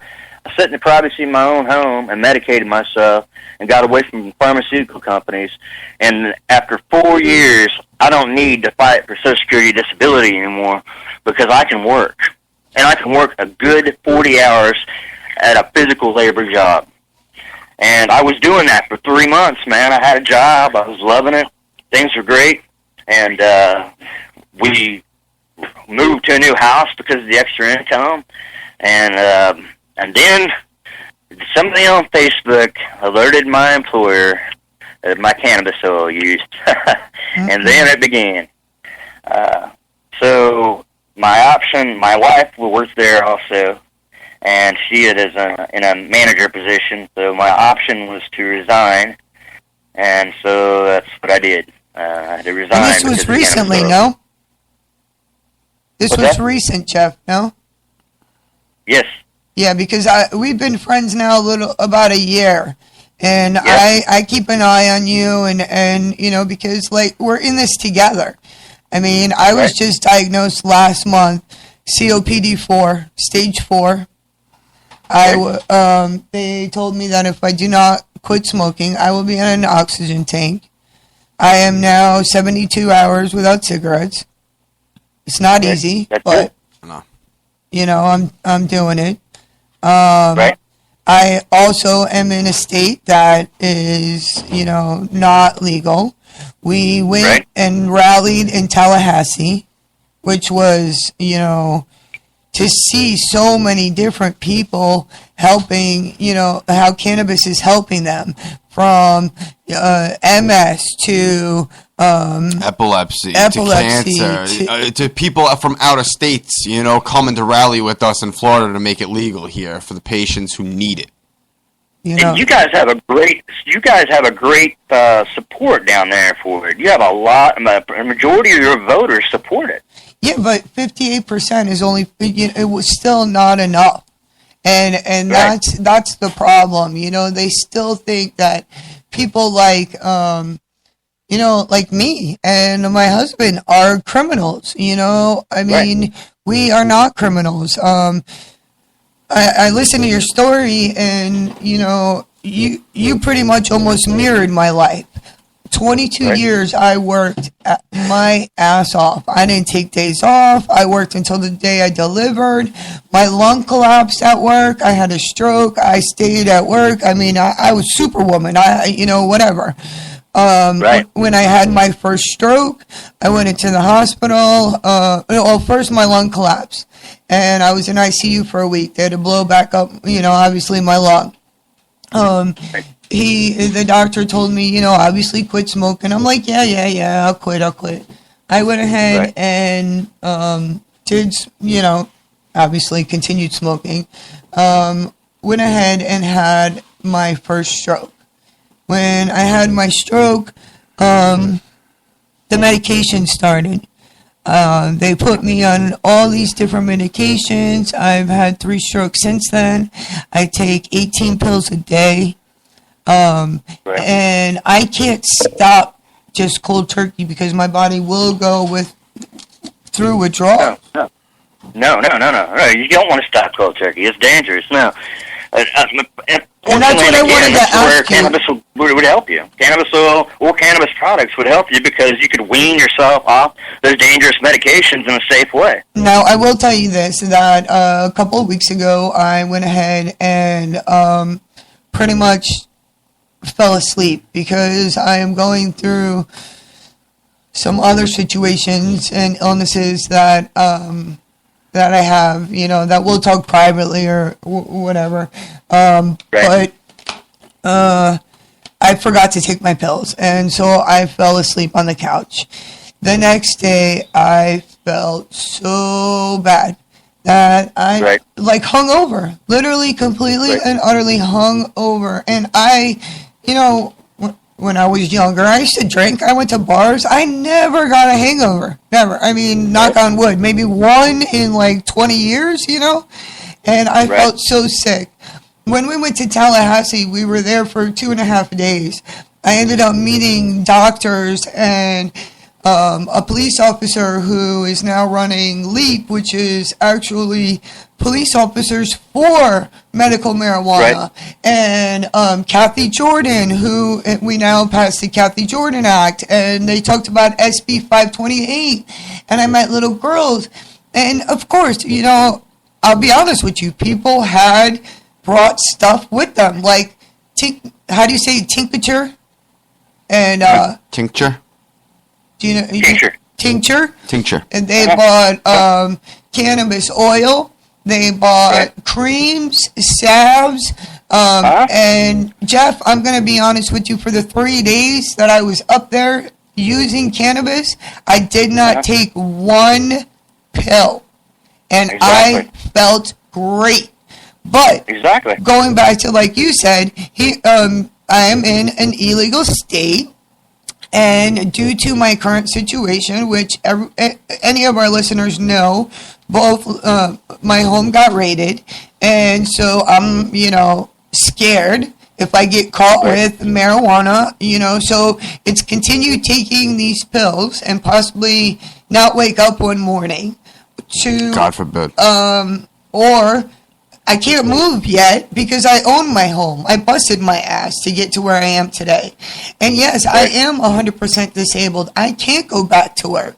You know, they literally, due to several doctors and between the strokes and the other illnesses that I do have,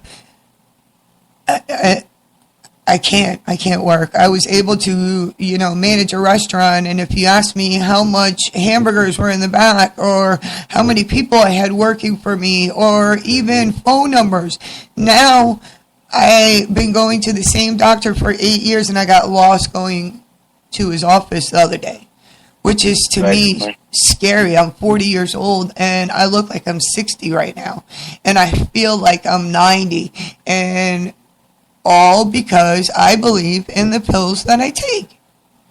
I was there. I was feeling the way you felt, looking the way you were feeling.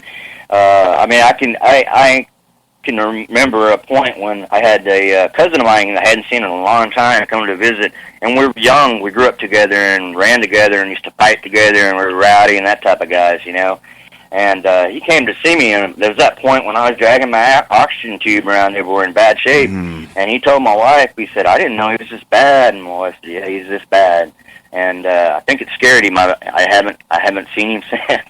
May I ask how old you are? And being in an illegal state, I did this, and I'll say this, that. You just have to be very, very careful about what you do, and not everybody can be as vocal as I am. I'm pretty vocal and out about it, and I do that for a reason, because I believe that everybody should know that there's an alternative option available out there, and we all need to get this legalized and end this as quickly as possible. I mean, we got people like you and I that need it to survive, and I need it to be able to continue to be high-functioning member of society. Well, yeah, because you're one of the many who has medical marijuana affected his life for the better, for your health. It's affected my 100%, not just from my health. Oh, I know. My mental health, my emotional health, my family's health. Oh, yeah. And I'm telling you, my wife, when this whole journey started, her mind is, you're just getting high. It's not like that. Really? It's not my wife. My wife now tells other people, and if she sees somebody at the store that she works at carrying an oxygen tank around, she tells them they need to start getting off pharmaceutical. If she's not able to press Anbacil, but one good thing about my resigning the store is now employees are asking her, and she's saying, no, he's not a dope smoker. He doesn't just sit around and get high. He's not a pothead. It's not about that. As medicine. Yeah, it's not about sitting around getting high. It's about us having the right to live. Well, exactly. If you listened to the show last week, we had a mother. Giselle, right? We had a mother whose son had epilepsy. We have an 87-year-old man who has multiple myeloma. We had a lawyer. We had attorney general. We had Dahlia, who has a rare form of cancer. I talked about my story. I mean, so many different people. Again, I apologize about your loss because you would have been a part of that. But if people just listen to everybody, there's so many different stories. It's not about getting high. It's about saving our lives, pretty much. Exactly. And here's what people ought to ask me, and I hear a lot of when it comes to in my condition. Obviously, this is crazy. I can treat COPD with cannabis. That's the first thought that comes to your head is that's crazy. No, let me ask you, and it is. Do you juice? It is crazy, but it works. Have you juiced cannabis? What's that? Do you juice cannabis? If I have no other option to get my medicine in my body, but putting it in a glass bowl, I will.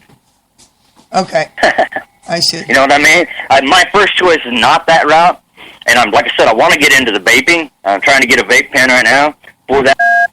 But if I have no other way to get medicine in my body, I have to have it, and I have to have a way. I don't take pharmaceutical anymore. I don't have anything else as a crutch to go back on, to make sure that I feel good, that I'm functioning, that I'm able to do what I need to do, Right. And so if I have cannabis oil, if I don't have butter, I don't have whatever, then, that's all I can get my hands on is I'll put it in a bowl and get it in me that way. No, I completely understand. It's not going to hurt me. No, not at all. Not at all. That's the crazy thing about it. It's what everybody needs to understand. It's not going to hurt you. So you get high if you smoke it. Yep. Well, so you just took probably a big old fat pharmaceutical pill that got you high, and I'd rather have the high off the smoking it than that pill. And see, that's the thing, though. I've been on pharmaceuticals for so long that I am not. I don't think they're working, and B, it like we just said, it's not about the high. You're giving me a pill for my pain. Like, for example, the big thing right now that they're giving to people is Tramadol. Tramadol is now a Schedule II narcotic. You take 2 or 3 Tramadol and you can overdose. I smoke 2 or 3 joints. Am I going to overdose? No. Right. And with my memory, I'll be honest with you. The other day, like I said, I take 18 pills. I got halfway through putting my pills, I put them in a cup, like a shot glass, actually, because, what am I going to do? Put them on the counter, So I put them all in a shot glass and take them, how I have to take them. And halfway through, I had to go to the bathroom, so I did my business in the bathroom, came back, and ended up doubling up on one of my medications. Now, that's not good, obviously. Right. I make a mistake like that could cost my life. That's what people need to know. You have a better quality of life without the pharmaceutical and using natural substances than you do going the pharmaceutical route. And I'm not just talking about cannabis. I'm talking about there's natural things out there. Natural remedies out there to help you other than the pharmaceuticals. Like you said, vitamins, melatonin, there's plenty of eating right, that makes a huge... Cutting sugar out of your diet. Yes. Yes. Mountain Dew. Yes. I'll be honest with you. When you said Mountain Dew, I thought of my friend. I have this guy, a friend of ours for many, many, many years. Let me tell you, he would drink Mountain Dew probably more than you did. Every breakfast, lunch, dinner, Mountain Dew, Mountain Dew, Mountain Dew. Well, guess what? It opened a hole in his stomach that he had to go to the hospital and get repaired. Wow. He cannot drink Mountain Dew right now. Instantly, it will start opening up the hole again inside the stomach. Yeah. Literally, and I mean, look at that. Well, I tell you, whenever I dropped that Mountain Dew, really, I started having a lot bigger progress. I started this journey, and you guys have seen the pictures. When I started out, I was 190 pounds. Yes. And now where I'm at right now, I'm at 135. Wow. I know, and you looking all buff. Louis jealous. I saw the pictures you were working out. You're showing your guns. That last 3 months of working, I was working in a grocery store. I was slinging grocery, and I was doing. I did a lot of dairy was my main thing, and so you're talking. I had a case of milk would be 6 gallons in it. So I'm slinging that from off of a truck onto a pallet, and then from a pallet onto a cart and taking it out and putting it up on the shelves. So I was getting a lot of heavy lifting, a lot of workout working in that store, and that was what was great, man. And what people don't understand is I was able to use cannabis oil, and it did not affect my job. It made me better at my job. Yep. It made the people around that I worked with there now say, "Man, I wish you were still here." And the guys, when this happened, they even told me it had nothing to do about my job performance. But that's the day and the time we're in, man. Because it's illegal, no employer wants to stand by anybody and say, "Hey, we're going to take a chance on this person." And look, he is a good worker, but despite that he uses the legal medication at this point. Yeah, but that's the thing, though. It's okay. Like, one time I was talking to a DCF lady, and that's another thing out there. People know your rights when it comes to DCF. If they come to the door and ask you for a drug test when it comes to cannabis, know your rights, please. Because Yeah, that was a little different situation there. I knew my rights, but my wife worked there also, and I couldn't honestly pee in a cup and pass the test at that point. Like I told them, they asked me honestly if I could. I said, no, I can't. I've been using cannabis oil in high amounts to cure and heal myself to get to the point where I'm able to work here. So I can't right this moment, no. I said it stays in your system for a period of time, you know. And even if I'm not using it right now, it's still going to be in my system because I've used it in high doses for the past. That's what I was going to say. For how long you've been using it for, it'll still be in your system for a longer period of time than 30 days. Whatever it is, could be 60 days. It could possibly still have traces inside your blood or inside your system. Yeah, it'd be there for a while, you know. And I'm trying to be honest, you know, about things. And I told them honestly, no, I couldn't. And so, even though, and it wasn't about, they asked me and I admitted, you know. Yeah, no, you didn't hide anything, you didn't lie or anything like that. You told them straight up, say, listen, I have it in my system, my body right now. I was on the local news, it's kind of hard not to admit to it, you know. Yeah, exactly. Well, they were trying to test you. But my wife still worked there. The best thing to do was to resign. They both personally told me it wasn't about, you know, and they were friends of ours. It wasn't about my job. They felt they were heartbroken about it, that they had to do it. It wasn't them. It was the owner of the store that didn't know me, from Jack. And they said both that I could have them as personal reference, and they was, you know, we would just say that, you know, I found a better opportunity or whatever, you know, they'd work with me and everything, you know, on that. The problem with that is I'm still in a state where it's illegal, where I still can't pass a drug test. Obviously, I'm an advocate that stories out there all over the internet, so if a store goes and Google searches me, they're going to see it. Yep. So it's tough. You know, so I had a window. I thought I had a good opportunity, and somebody on Facebook had maliciously attacked me and my family and caused that situation to happen.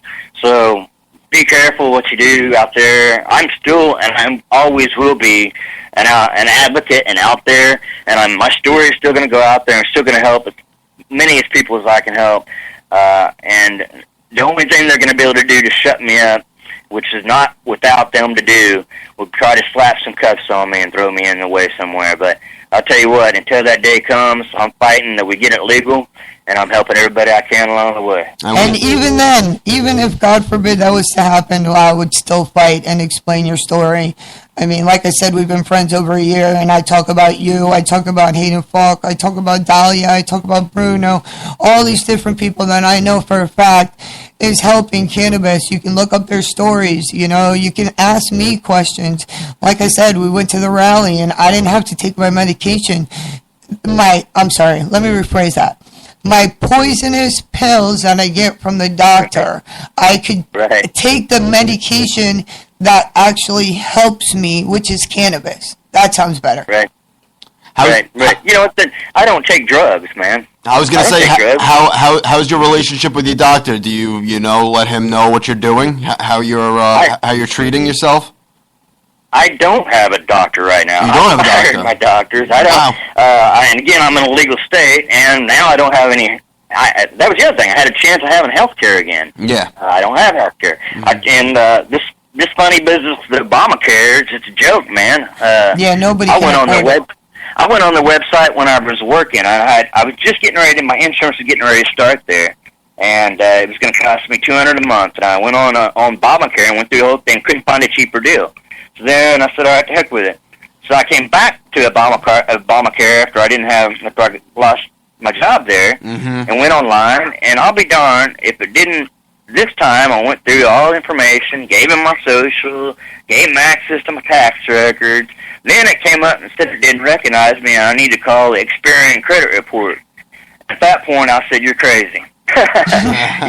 You want me to call the credit reporting agency to update my address with them to verify. No, it's out of hand. So I'm about a situation where I don't have a regular doctor.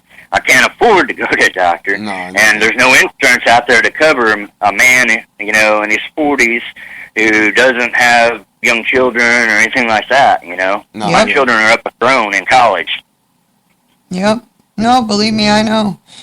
It's hard. That's the state. And I don't need a doctor right now, to be honest with you. Are you still considered disabled, or are you working? Are you trying to find work to work? I've been working. I'm able to work. I'm trying to again find work. It's just I don't know that it's going to happen. I don't know what's it. A door was just shut, and I don't know what's going to happen now. I'm sure something will happen. What direction I'm going to go, I don't know. Something new is going to open up for you. You're meant to do good things. I mean, I'm not worried about that. After all that I've been through, I'm not worried about that little thing. And my wife, she works, and she's taking care of us, and we'll get by if we have to get by on just us.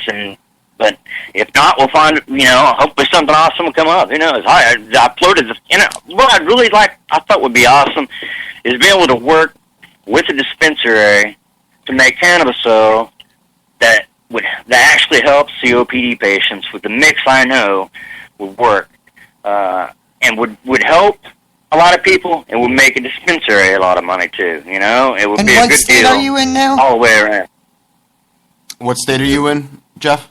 Oklahoma? I'm in Oklahoma. It's not going to happen here. I'm talking like Colorado or Washington or Oregon. Yeah. But if somebody would just hook up with a dispensary and make quality oil with food grade, with Everclear, and make it with the right strains that work well for COPD patients, man, you'd have a winner right there. I know. That's what I tried this 2 weekends ago with the Everclear. The Everclear leaves you a little bite in the mouth, but it's like I've been drinking for breakfast. You gotta purge it. You gotta purge it a little bit more. Yeah, well, it was a gift to me, so I wasn't going to complain. I wanted to try it, and I was like, whoa. First thing in the morning with coffee, a little shot of Everclear, but honestly, I was able to breathe. I don't like it like that myself. I've had it like that. I've made tincture before, and when I started doing it, it was strong like that, and I didn't like it. And I started teaching myself and working at it, and I've got it down now where it has a little bit of zing in it, but it's close enough that if I cooked it just a little bit further, purge a little bit more alcohol off of it, it'd be cannabis. So I try to get it pretty close to that range. But when I get it, it doesn't have that much of alcohol taste to it. Yeah, that's going to be the next batch, hopefully. Yeah, it has more of a plant taste to it than it does the alcohol taste. And that's how it should be. It should be just a little bit in there just to give you the, And that's why we should have another point on why it should be legal. We should be able to grow it as a patient in our own homes and be able to do so we can watch it and make sure we know what we put on it. Well, that's one of the things that Florida's trying to do, make hemp legal for patients to grow it in their backyard. So they know exactly what's going in it, what nutrients are going in it, that you can care for it yourself, not coming from a farm or anything like that. I've lived in Oklahoma most of my life. When I grew up, when I was growing up, and when I was growing up, we used to go out and pick potatoes, tomatoes, green beans, you name it. So if it's a good area to grow in Oklahoma, would be a good place. It'd make Oklahoma a lot of money if they get into it. Unfortunately, it's government that we have that's preventing it from happening. And really, I think the next presidential election, a lot's going to hinge on the movement at that point, on who gets into the office. Yeah, but see, that's what's crazy. Close on a federal level. I mean, Jeff, think about it. 20-some states have already made it medical. 2 states have made it legal. Another 8 states are on for this year's ballot, to try to fight for some kind of medical benefits. I thought we were the United States of America. How can I go to one state and it be considered, possession of under 20 grams is just a ticket? I go to another state, they're like, piss off, because you have a legal amount to carry around with you. You're not even getting a ticket. To me, I think that is such asinine behavior. I don't know what else to call it, because it makes me sick. It encourages more crime and more risk by doing it that way. Yep, more street, get it on the street. You don't know where you're getting it from. You don't know what they're putting in there. And with that stupid-ass spice shit out there, excuse my language, but, all they got to do is throw some of that in there. You want to talk about problems with your lungs? Right. I think once it gets to the federal level, I think something's going to happen on a federal level soon. I really do. I just feel that way because most of America agrees that it should at least be for medical, everywhere. And I think once that happens on a federal level, a lot of doors are open up then. And hell, if it's legal on a federal level, then hell, I can go ahead and order it from somebody in another state and have it sent to me. I'm not breaking the law. Yep. Which is how it should be. It should be. And not some. But and the thing about it is these people that sit up in the Congress and sit up and get their easy big old paychecks, and they don't have friends or family apparently that are having health issues. Because if they had friends or family that were having serious health issues that they were close to that didn't get relief from pharmaceuticals, I guarantee you they'd be on board to get them legal, medical marijuana products of some sort. They gave our daughter, Lewis and I have a 13-year-old daughter, and about 2 years ago she was having massive migraines. And they tried her on allergy pills and medicate, they try the beginning stages, little this, little that, whatever. Finally, she got to a point where she couldn't even see. They're called suicidal migraines, or they're so bad that it's just so painful. So I took her to the local hospital, and they gave her a shot of morphine, gave her some medication, sent her home. I'm like, okay, I figured maybe one shot, no big deal, whatever, so on and so forth. About 3 days later, the headaches came back. Again, massive crying, puking, everything. I went ahead and I took her to another local hospital here in Spring Hill, and they gave her another shot of morphine, some medication, and sent her home.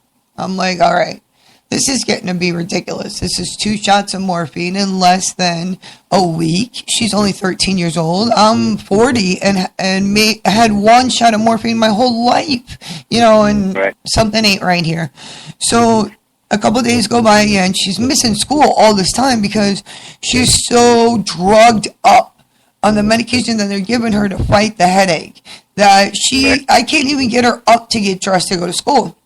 So now this is about 2 weeks into this headache and this situation. So I take her down to All Children's, which you've heard of All Children's. It's a huge hospital. It caters to children. We take her all the way down there. Again, they gave her a shot of morphine. I'm like, okay, 3 shots of morphine in 2.5 weeks. I finally couldn't take it anymore.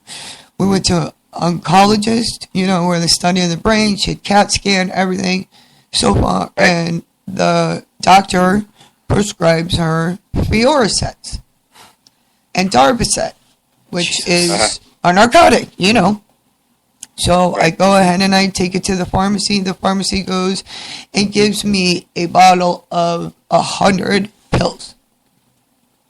What? That's a lot of pills for a 13-year-old. 100 pills, and on the bottle it says take 3 times a day. Well, I'm a mother, and I feel bad for my daughter. She's in hysterics. Of course, I'm going to give her 3 pills a day, you know, for at least the first day or two, because she needs to go back to school or she's going to fail. I mean, this is ridiculous already. So after 4 days of her walking around high as a kite, I couldn't take it. I called the doctor and I said, listen, I refuse to give her another pill. I'm sorry. I'm not doing it. I can't do it. And they said to me like this: if you don't continue to give her the medication, we will call the police on you for not following doctor's orders. I said, you know what? You do that. You know my address. You know my phone number. You do that. Well, Lewis is in the background saying, you better see my daughter tomorrow, or I'm going to make your doctor's office a drive-through. The lady on the phone says, don't worry about it. You can come see me tomorrow. I go in there the next day with my daughter and Lewis. She brings out her little iPad, you know, the doctor.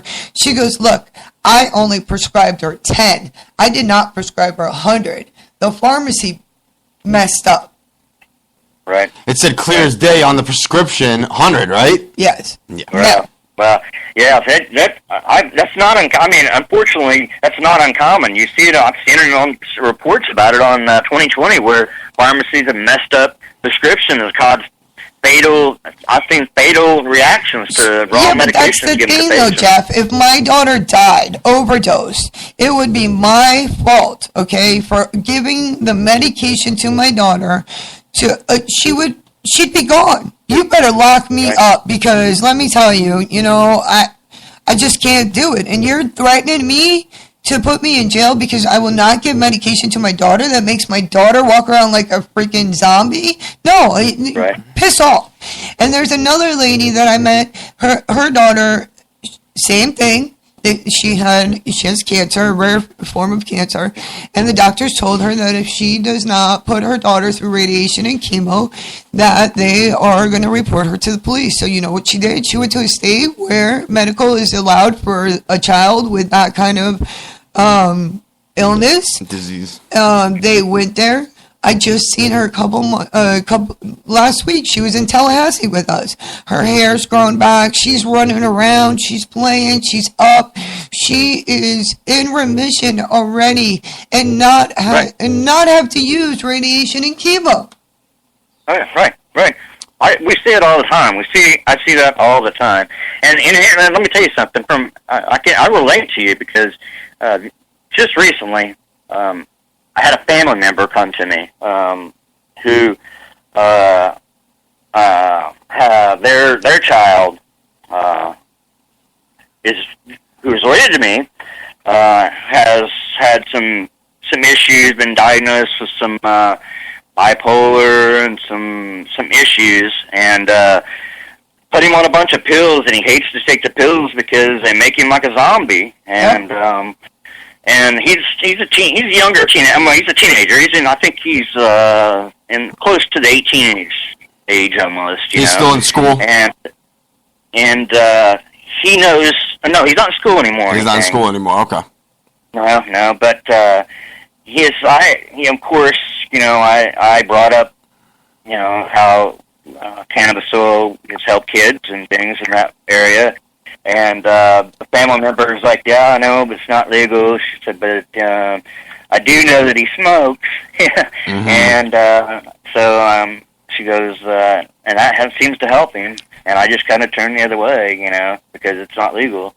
And I'm like, yeah, I know, it's a shame. I said, one day, you know, it won't be that way, and it shouldn't be this way. And really, when we get to that point, the American federal government owes us a huge apology as to the nation for being this way for so many years. How many family members could we have helped that have already passed on? And exactly, how many people have already passed on? We also went ahead and just met an 18-year-old who had a rare form of cancer, and he ended up going to, I think, Georgia or whatever, to do a rare experiment. And he flat out told his doctors that I will smoke. You know, I smoke. And it's the only thing that I have weeks to live.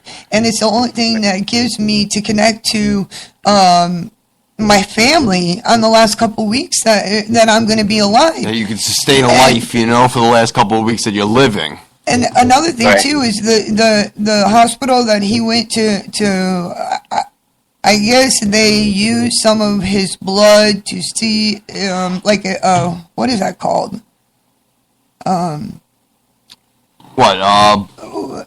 When they use a blood test? No, they used his blood to see how cannabis helped this disease a lot. I don't know. It's to help another patient with that disease.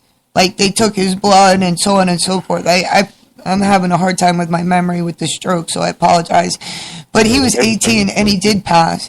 And I met the mother's best friend, and she said flat out that that's the only thing that actually kept him alive the last couple of weeks, to interact with his family and to be able to eat and be able to, just to talk to somebody, just to feel normal. Just to feel normal, exactly. That's exactly what I was going to say. So. Yeah, it's and like I said, it shouldn't be this way, and it won't be this way forever. We're moving on. I believe in our lifetime we will see it, and that's the thing that with cannabis oil in my situation, I'm at a point where I get to look towards the future again, and I'm not stuck and as terminal patients and COPD patients, I used to hear this a lot. It's all about you. And now I look back at it, and it was all about me. I was so freaking sick, and we tend to blow. And I really believe too, a lot has to do, and the healing has to do with your inner body, your inner emotions, your spirit, your aurora, if you want to say, how you process and do things, and choices that you make. Also, you have to really put yourself in a better mental place, and you have to really look towards, find little things to get you and boost you and move you up so you can have some energy and do things. Stress and worrying is going to, and illness magnifies everything 100%. Oh, it makes it 10 times worse. Yep. 100 times worse. So if you're like, and whenever I was back on the pills and I'm doing all that, and I was sitting on the couch, man, with an oxygen hose on and not doing much anything, and my mindset was I couldn't do anything. Mm-hmm. But with the help of natural products, doing diet and exercise, you can get to a place where you can do those things.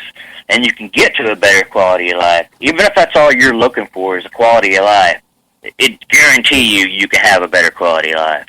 But you have, and it's not easy. Nothing's easy. It's people want to look at my story and think, man, that was easy. I can just get some cannabis oil and I'll be fine. No, it's not really that easy when you go through it. Yeah, you've got it takes a lot of dedication, commitment to yourself. Yes. Really, to be honest with you, because it's like one of the best things I can say is it's easy for me to sit here and do interviews and talk to you and talk to people on Facebook and tell them about it.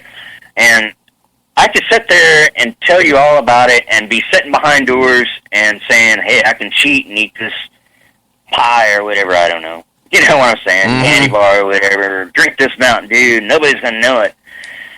But I know it. And it's far more important to me to make sure and to maintain my health and my self-integrity that I'm eating right and doing right and doing the right things. This story isn't about me going out to make money, me going out to fame or do anything. It's never was. It's not about that. It's just about, I felt a moral obligation to tell other people that it helps me and you could benefit too. And if you have something that's impacted your life in such a way it has mine, I feel you have to share that. Yes. And you're obligated as a human being to help your fellow human being. And while we're here on this earth, you can never do enough good. My uncle used to say that, and I love that phrase now. It's my new favorite phrase.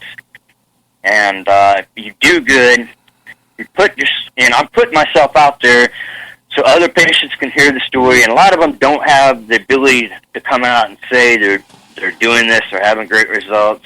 Some of them I hear in private messages. They're scared. But A lot of people are scared. I mean, even myself, you know, I am still going through a case, and it's just... I'm still scared. You know, all it takes is one, like you just said. I understand being scared. I guarantee that. You know, I mean, I guarantee I understand that. But and then not everybody can. And not everybody's able to. I understand that, and it's wrong. But my point of all this, and point of doing all this, is to reach as many COPD patients as I can, to let them know that if you change your diet, you exercise, you get off some of that pharmaceutical, look at healthy alternatives, research cannabis oil, cannabis products, you know, and inform yourself, take your health care back. Educate yourself on the matter. Yeah, the doctors aren't helping you. The doctors aren't making you better. They aren't making me any better. No, they're out to make themselves better. They're out to make themselves more profitable, the pharmaceutical companies more profitable, because that's what I believe. That's why I believe medical marijuana hasn't been legal in all 50 states, because the pharmaceutical companies, they're boasting the doctors and the politicians. Exactly. That's what I believe. Because you know, you see all these commercials on TV for all these drugs, and on COPD drugs, a lot of times you'll notice they offer you the first inhaler free. Why do they offer you the free inhaler? What's that about? Ask you. Because they know once you get on it, you're going to do another strip of it. You're going to do another strip of it, and they're going to make tons of money off of you. Nope, of course. Now, talk about inhalers. You are against them. What? Inhalers have been around for a long, long time. I've been with Louis 24 years, and I don't even know how many times they've given us an inhaler for asthma or... and just recently I got diagnosed with COPD, and then they put me on Q-Bar. What's the other one? That's a new one. I never took that one. I took, whenever I was on the... Albuterol? Albuterol, Q-Bar? Albuterol, yeah. Yeah, albuterol is common. Well, they had me on, I took ProAir, which is albuterol. ProAir, yep, I got that one too. I took ProAir, I took Spiriva, I took Advair. That one too. I took Symbicort. I tried all of them. I took them, and sometimes I was on several of them. Sometimes I was on, just a couple of them. But I was always on. I always had the ProAir. I carried that in my pocket everywhere I went. Me too. I also had the nebulizer at home with the albuterol solvent that I put into my nebulizer and used when I needed it that bad. Then I had I tried Dalarest. I tried that once. What else? I don't know. Now, when was the last time you used one? What's that? When was the last time you used one? Man. It must have been a while. If you got to think about it, ain't that awesome? Yeah, if you got to think, man. I take this back. About probably a month or two ago. Yeah, but not like every day. No, I didn't use. Here's what I went when all this heat came down. I had a lot of heat come down on me in the past month or so on Facebook and then spreading over into my job and everything. I know. I thought I was losing my ability to have my cannabis oil and my cannabis products. I really thought I was not going to have any of it. And it may happen still. I may not ever be able to. I don't know. We'll see. But anyway, I got scared, man. And so I grabbed an inhaler and I took a puff of it, man. And I tell you what, I'll never take another puff of one of some bitches again. You were binging, right? It was like you were high on some kind of fast, know. It was just it was awesome, horrible. I mean, it was just the feeling of it, the taste of it. It's just it's just poison, man. Poison tastes like, feels like poison. It is poison. It tastes like poison. And it is poison. If it looks like a duck, quacks like a duck, walks like a duck, it's a duck. It's a duck. That was poison. Yep. It was poison. I'm never putting that poison in my body again. I'll even go a step further. My wife knows that if I ever get to the point where I need to be in any type of induced coma again, it should be done with cannabis oil. Yeah, no. You can put induced cannabis coma, and that is the most natural way. Ooh, see, that's a new one. You're either going to wake up healing from that, or you're going to go peacefully. I'm going to have to Google that. Yeah, I never heard of that. That's a new one for me. That's a new one. Yeah, that is. It's my friend, my original caregiver, Ronnie Smith, Roland Doobie. Roland Doobie? Yeah. Yeah, he was a comedian also. Anyway, he when he passed, they did that with him at home, and from what I've been told.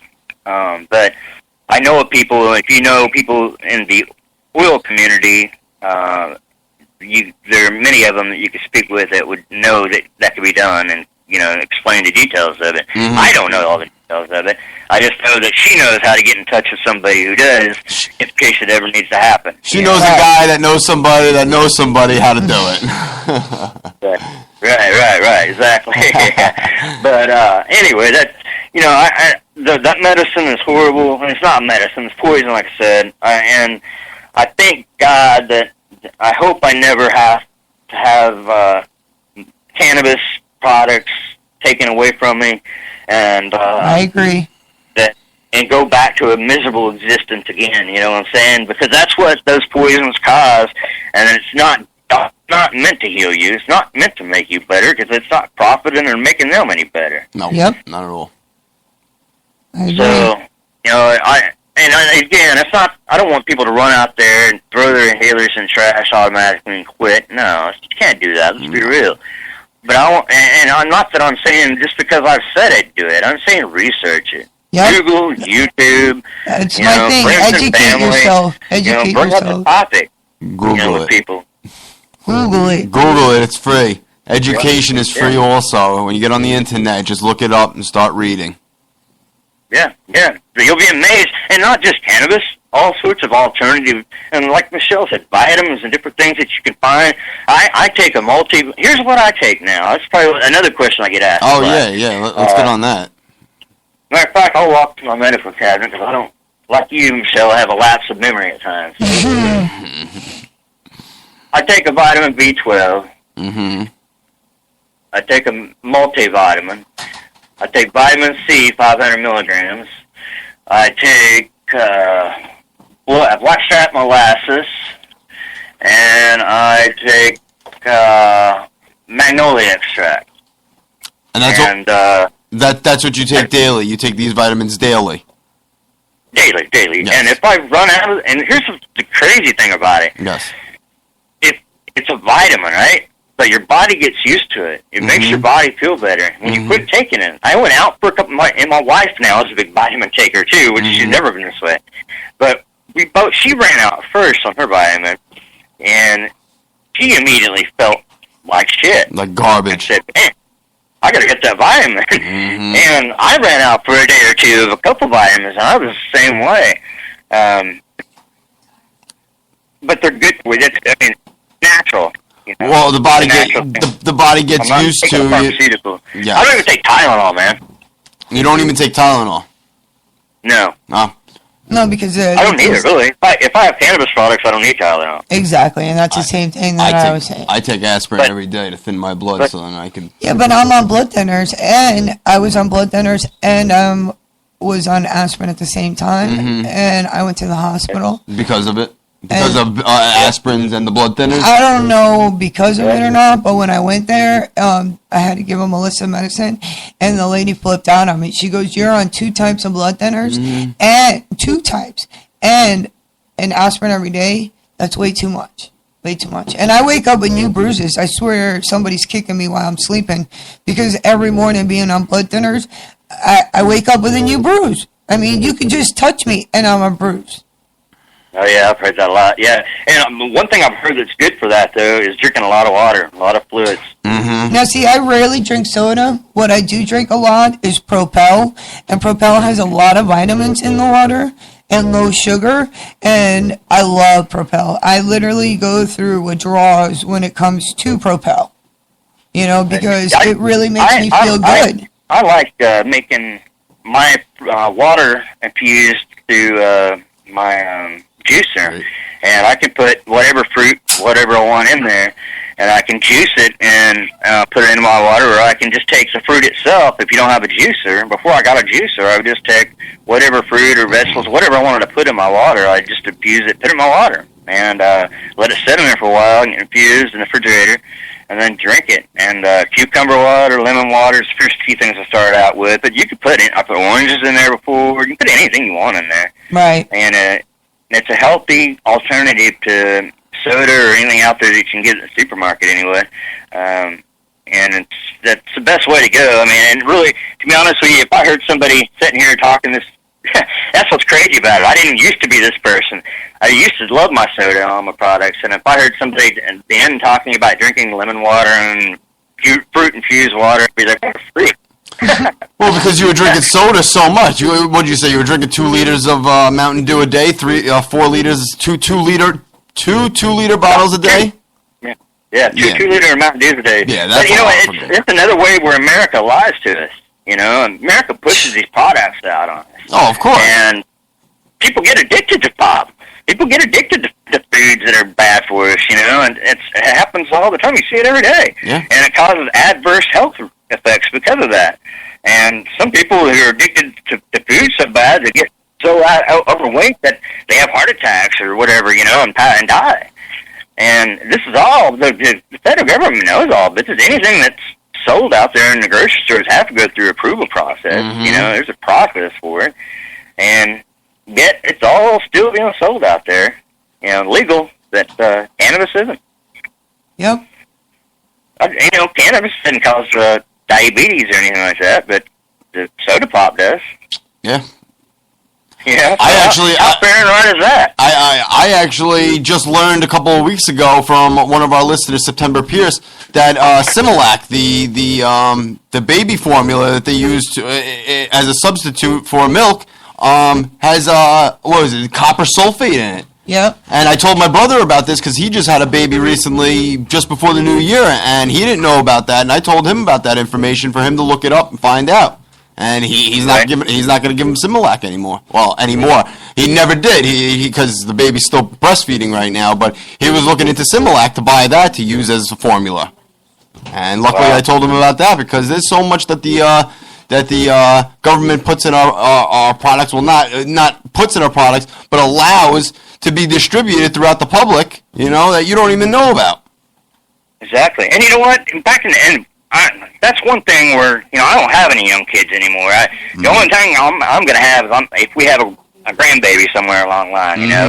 But whenever I was having my kids and growing up, I knew nothing about. There wasn't Facebook, man. There wasn't the internet like it is now. It wasn't Google. It was a different time, and we just went by what we were told. What you were told. By the television, you can't just doctors, you know.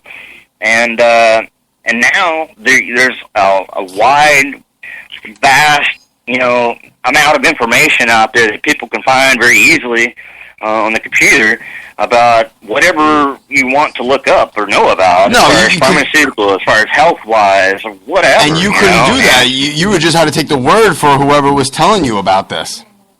Exactly. You know, and that's the beautiful thing about this day and age now, too, is that we live in is now we have the ability, you have the ability to have this show, and I have the ability to sit here and talk with you about that we didn't have years ago. To get people's points of view across and speak what they feel, and that's basically what our show is all about. It's about how you feel, tell it. Say it. Exactly. And, you know, like I said, and hopefully, you know, in the near future, you know, and more Americans are waking up about the products in the grocery stores, and it has to happen. People have to try things and learn and tell others, and as you do, some of these companies that make these harmful products eventually won't have a business anymore. And we need to teach our kids. Education. Young kids. Soda is bad, and you know, these products are bad. It'll rot your teeth. I mean, when they really say it'll rot your teeth, it'll rot your friggin' teeth. And not to mention the other things that'll give you diabetes, like just what you were saying. Yep. Obesity. Jeff, Jeff, we've been on for about an hour and a half now. I really appreciate you calling in, speaking with us, and spreading your word for how medical marijuana did help you in your life. Really appreciate you coming on. Yes, of course. I appreciate you, brother. You have a great day. No, you have a great day also. Really appreciate you calling in. Have a good one, all right, Jeff? You too. You we'll too. talk Take soon. it easy. Thank you. Bye-bye. Bye-bye. That was Jeff Waters, COPD survivor over there. I'm going to take a couple of commercial breaks, and we'll be right back. You're listening to Talk Shit Radio. Stay tuned.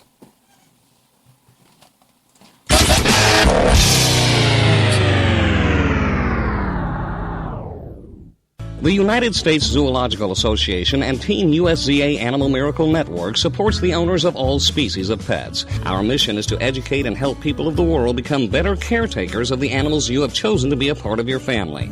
Through the Miracle Network, we strive to grant last wishes for the terminally ill to meet an animal of their choice. It's through education we can save our wildlife and make a better place for them to live amongst us. Join the USZA today at usza.us and become part of a world loving animals. Are you tired of commuting to a job that makes someone else rich? Working harder than ever, but getting nowhere? Do you hate spending hundreds of dollars every week on daycare? Having someone else raise your children? With our opportunities, you can start earning money as soon as next week. You get to be the boss, work from home, and live a happier life. At Be the Boss Network, you'll find hundreds of work-from-home opportunities that you can literally start today and be earning money as soon as next week. Go to freedom150.com and start earning money as soon as next week. You get to be the boss. Get out of the rat race. Work from home. Go to freedom150.com right now and change your life today. That's freedom150.com. Go to freedom150.com and start earning money as soon as next week. You be the boss. Go to freedom150.com. If you're looking for a better way to clean the air in your home or office, you need the all-new ozone light. It's as simple as changing your light bulbs. The ozone light looks like a normal spiral type of light bulb. It screws in most standard light sockets, but it's not a normal light bulb. It's coated with titanium dioxide. It's completely safe, but this unique coating kills most airborne bacteria, mold spores, and neutralizes odors. Just one light cleans the air in an entire room and lasts 8 times longer than the normal light bulb. If you have smokers, if you have allergies, if you have pet odors, mold, or mildew, you need the ozone light. It will wipe them out, and you have our word. If you're not satisfied with the way the ozone light cleans the air in your home, simply return it for a full refund. Call 1-800-380-4095, 1-800-380-4095, 1-800-380-4095, or visit airtimestore.com. That's airtimestore.com. I didn't believe it. Neither did I. No way could you professionally remove unwanted hair, pain-free, and at home. My thoughts exactly. Remove my face and body hair without expensive, painful office visits? Not possible. Great minds think alike. Until I tried No Pro. Wait, you tried No? Yes, and it works. I use it on my face, legs, bikini line. We're BFFs, and you didn't tell me about No?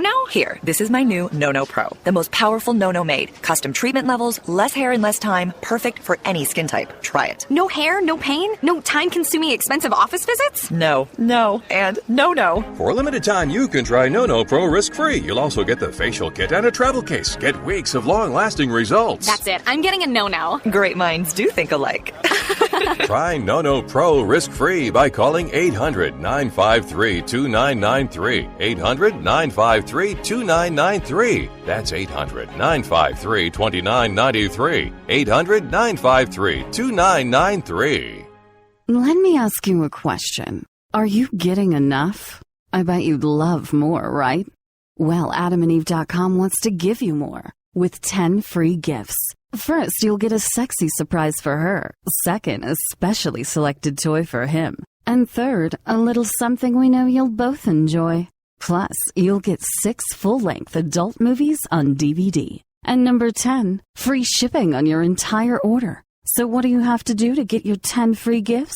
It's not hard. Just go to AdamandEve.com and select any one item. It could be an adventurous new toy, sexy piece of lingerie, or anything you desire. Just enter offer code GIFT13 at checkout. and you'll get all 10 free gifts.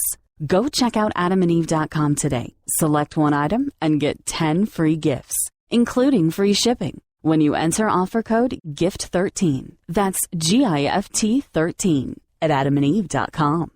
If you are successful at what you do, whether you're a doctor, a lawyer, a business owner, or you have a great career, you understand the concept of protecting yourself. Well, are you protecting yourself, your family, and your assets with quality term life insurance? Consider these possible rates. A man age 45, non-tobacco user could obtain $1 million of coverage for as little as $75 a month. And this rate is fixed for the next 10 years. We specialize in policies of $500,000 and above. A man age 50, non-tobacco user may be able to obtain $500,000 of coverage for as little as $115 a month. And this rate is fixed for the next 20 years. We have great rates for smokers, too. Call the Term Lifeline now. 800-430-1481. 800-430-1481. That's 800-430-1481. In these uncertain economic times, you've got to do whatever you can to save money. One of our biggest expenses can be our cars, especially when unexpected repair bills hit. Not anymore. If you own a vehicle with less than 130,000 miles, is less than 12 years old, has a warranty about to expire, or even no warranty at all, you could stop paying for car repairs. Roadside assistance, towing, and rental coverage are all included. Don't wait for the next repair. Make one free call right now to see if you qualify. If your vehicle is less than 12 years old, has less than 130,000 miles, even if it's out of warranty, paying for car repairs can become a thing of the past. Call us right now and get your car protected before your next repair bill hits. Get protection and no more repair bills. Call 877-229-7271. Again, 877-229-7271. That's 877-229-7271. 877-229-7271. Are you worried about losing your home to foreclosure? If you've been threatened with foreclosure or received legal papers from your bank, you have approximately 30 days to respond. If you do not respond, you could lose your home. You have rights. Act now to protect your rights. You can stay in your home. Many times you can even modify your loan. The bottom line is you can get past this, but you must act right now. If you've been served by your bank and you're worried about losing your home to foreclosure, now is the time to fight back and save your home. Time is limited, so call the professionals at National Foreclosure Defense right now. 800-932-4102. 800-932-4102. 800-932-4102. 800-932-4102. That number again is 800-932-4102. If you or someone you love suffers from drug addiction, now is the time to utilize your private health insurance PPO plan. If eligible, receive up to $30,000 or more in substance abuse benefits with low or no out-of-pocket cost. We are the National Treatment Network, the premier drug and alcohol treatment referral service operating 24/7. We help connect you with facilities nationwide that accepts PPO private health insurance for substance abuse. If you have PPO substance abuse coverage and you need immediate admittance to a medical detox or residential rehab treatment center, call us now. Call our live referral helpline today. The call is free. This program is not available to Medicare or Medicaid customers. Call 800-296-0906. 800-296-0906. 800-296-0906. That's 800-296-0906.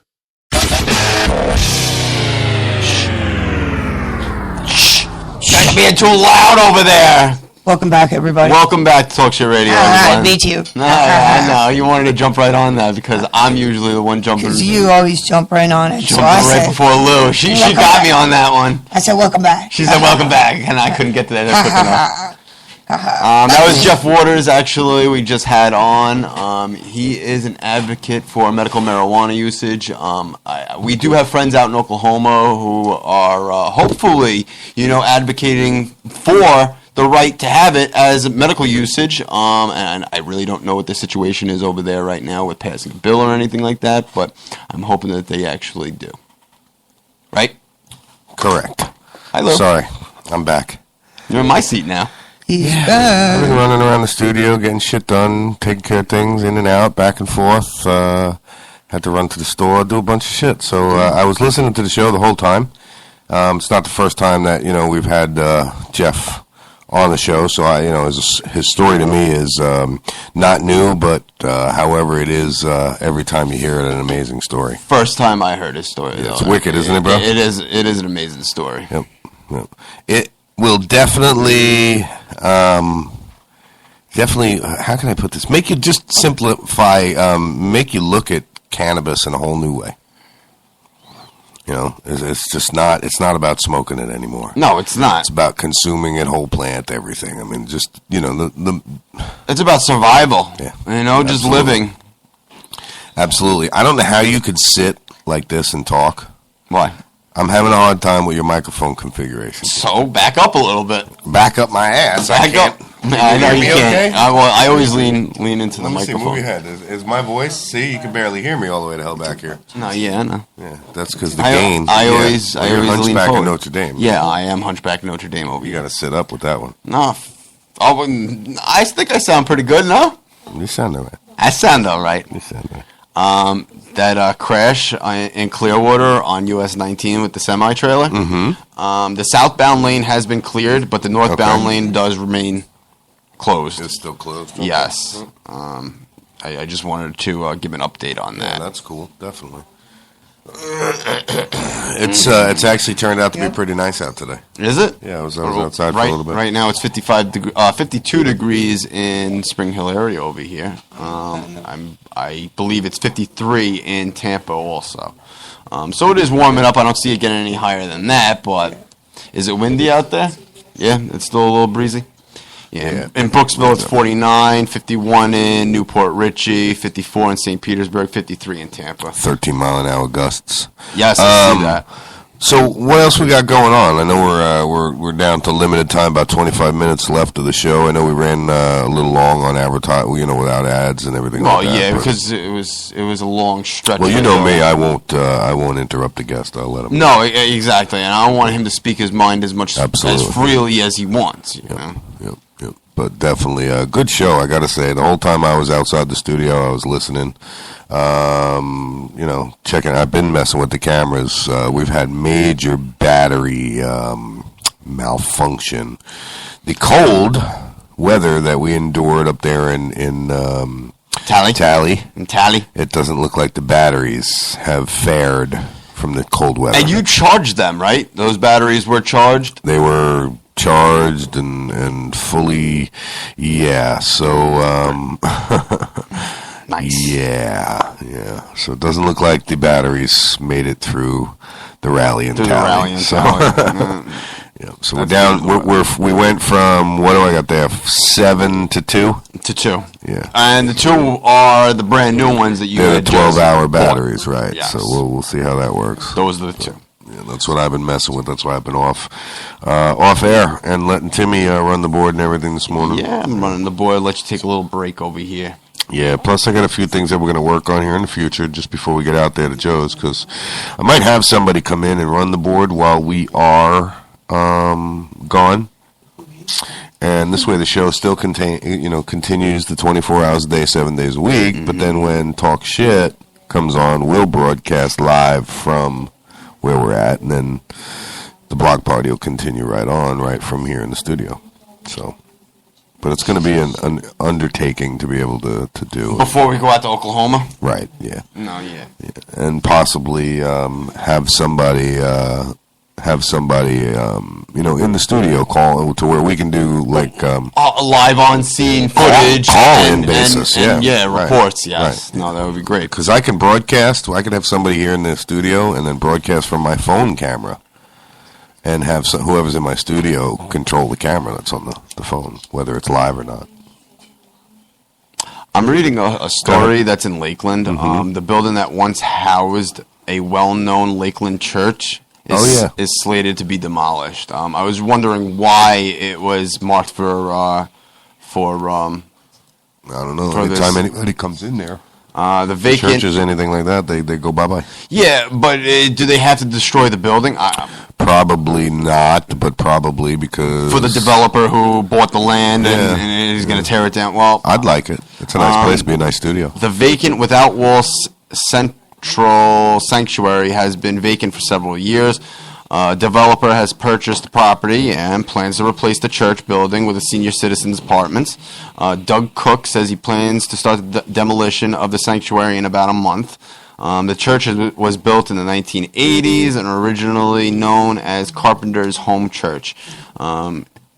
It could seat up to 10,000 people. That's a big friggin' church over there. It's a big damn studio. So if anybody knows this guy and he's got some pull with him, let him know Kennedy Studios is looking for a partner and we could sure use a building. So that would instead of demolishing it, damn. Hell yeah. Hell yeah, let's make some movies, buddy. That's a big friggin' church. Let's make some movies. I don't know. I just started reading about that. No, I was watching it this morning because, like I said, I was up since 5. Oh, yeah. So I was watching it on Bay News 9. I was watching him talk about it this morning. Okay. It was a cool studio. It's a cool story. Topeka man, 38 years old, killed in a crash along I-4. Apopka. Apopka? Apopka. Yeah, those are Indian names, brother. The Apopka Indians. Yeah, I know everything about Indians because that's what was on Long Island. It was all the Indians. Oh yeah, you know about Indians, all right. All my schools in my district was different kind of Indians, named buddy. After Indians. Well, no, we're not talking about. We're not talking about those Indians. We're talking about in Sachem. Sachem's an Indian name. So, and Apopka. 38-year-old man was killed on Friday afternoon in Polk County. Crash along eastbound I-4 after he crossed the median and slammed into an oncoming tractor trailer. Wow, that's a quick death over there. Crashing into a tractor trailer. Yeah, that does suck. According to Highway Patrol, Gary Andrew Brooks traveling westbound on I-4 around noon. It's a shame. I just pulled that up on so you've seen that randomly? Yeah, I saw that randomly. I was reading headlines over here, and I just wanted to get into it a little bit. Tangled up. You are? You're all tangled up. Yeah, I had my vape pen all fucking wrapped in my headphones, and I couldn't go anywhere. Why even have the lanyard on it? I don't know, because I wasn't here. Because I wasn't here. So I put the lanyard on it. So I could find it a little bit easier.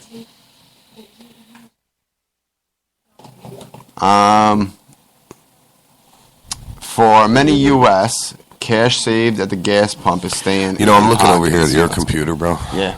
And for some reason, forgetting that I have this one right here in front of me. I've been following you, what you're doing. Yeah, I know. I know. I'm just I was sitting there while we were talking to Jeff Waters. We were talking about COPD. I know, but I'm sitting here. I just realized that I'm over here watching that computer over there, trying to, trying to chime in the best I can. Yeah. When I got a computer right here in front of me, right next to you. Jeez, are you even awake? I've been up since 5. Yeah. Hernando wants $350K to cover Fairgrounds Stadium. Hernando County Commissioners hope to convince the state to fund a new covered stadium at the Hernando County Fairgrounds.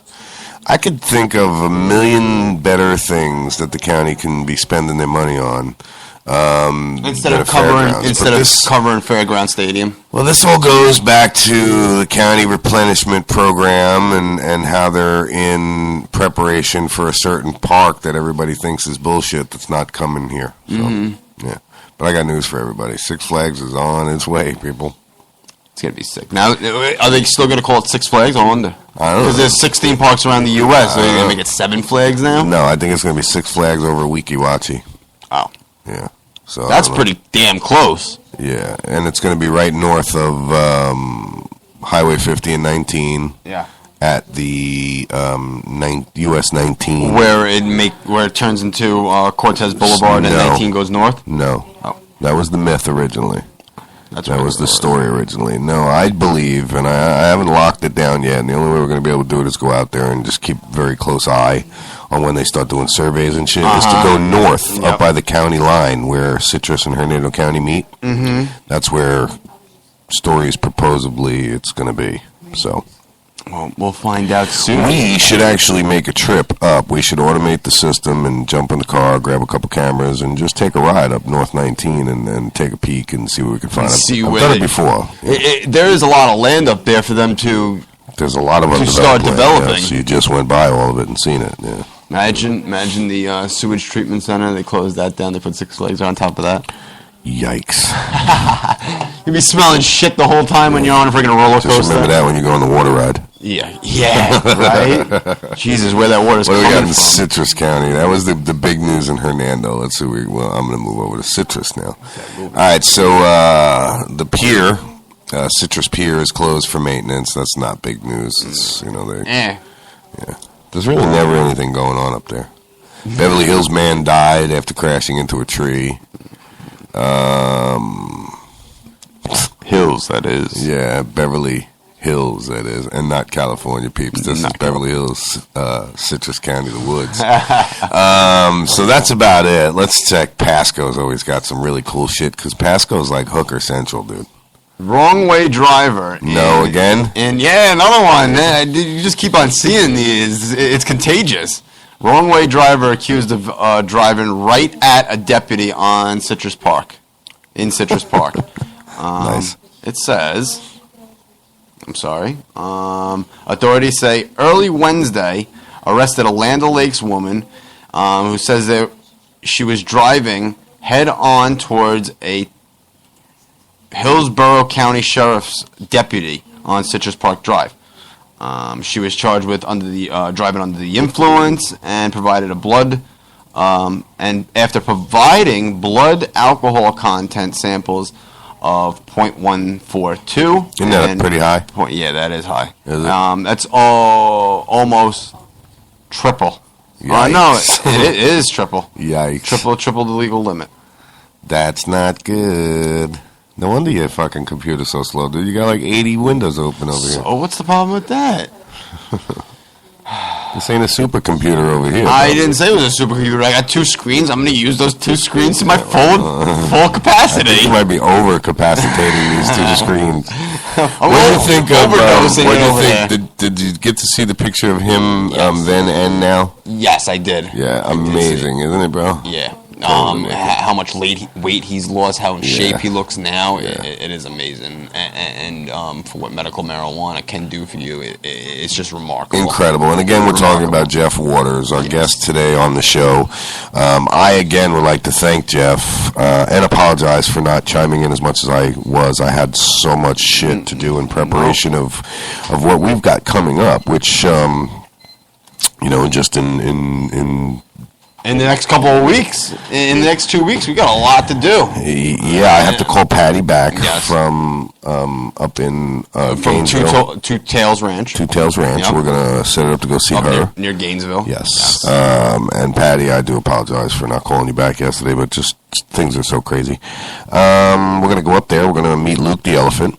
And then, of course, where are we going? We're going to Oklahoma. We're going to Oklahoma. We're going to Washington, Oklahoma. I screwed up again last night. Did you catch Joe Exotic TV last night? I did not. I screwed it up again last night. Did you? Yeah. Tuned in, sat down, got home. I was like, all right, cool. Let me sit down and watch Joe Exotic TV.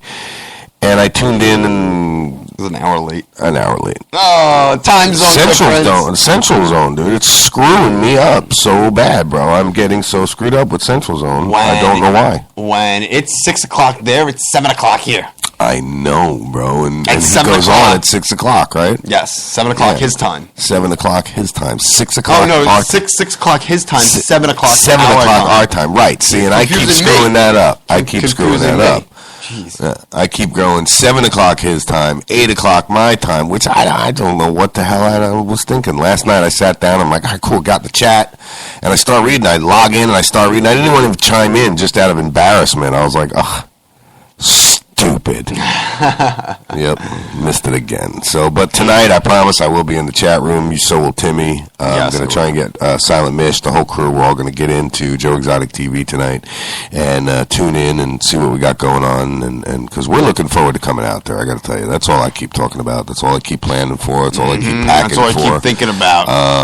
Yeah, I know. I'm losing sleep over it at this point. You're losing sleep over it. I am. That's dude, not I am. good. Yeah, I am. I'm actually losing sleep over it because I'm looking forward to being out there.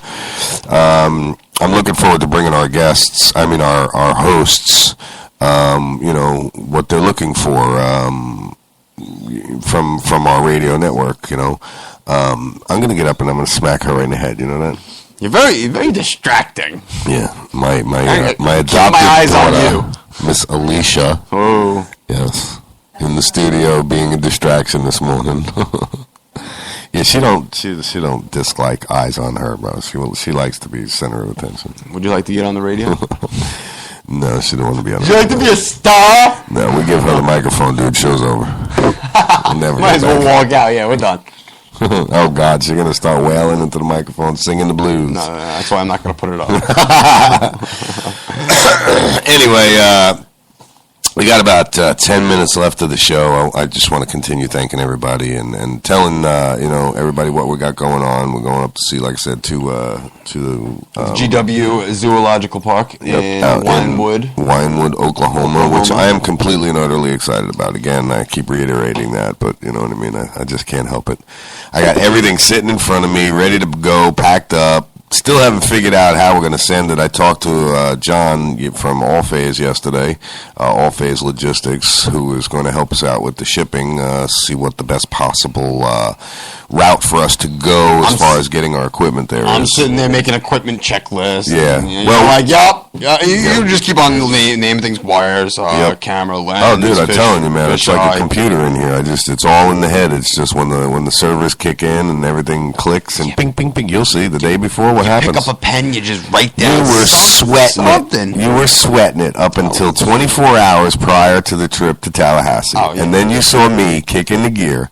And did we not have everything and anything we needed? No, we did. Okay. Everything was all packed that was needed. Yes. Don't sweat it, brother. Yes. I got this. I got this. I got this. I seen this done on the radio once. I can tell you that. Yeah. We'll get this done quick. But, so one thing that's going to be really, really neat is we're going to broadcast from a different part of the zoo every morning. Talk Shit Radio, our time, same time, 8 o'clock every morning, which is probably going to fuck me up because I'll be, You know what time it'll be over there? 7 o'clock in the morning. Okay, just checking. Just want to make sure. I know. Just checking. I know, that's going to mess me up. I guarantee it because I'm going to be getting up. I can't follow any clocks that are like from home time. I just got to follow my phone, and you know.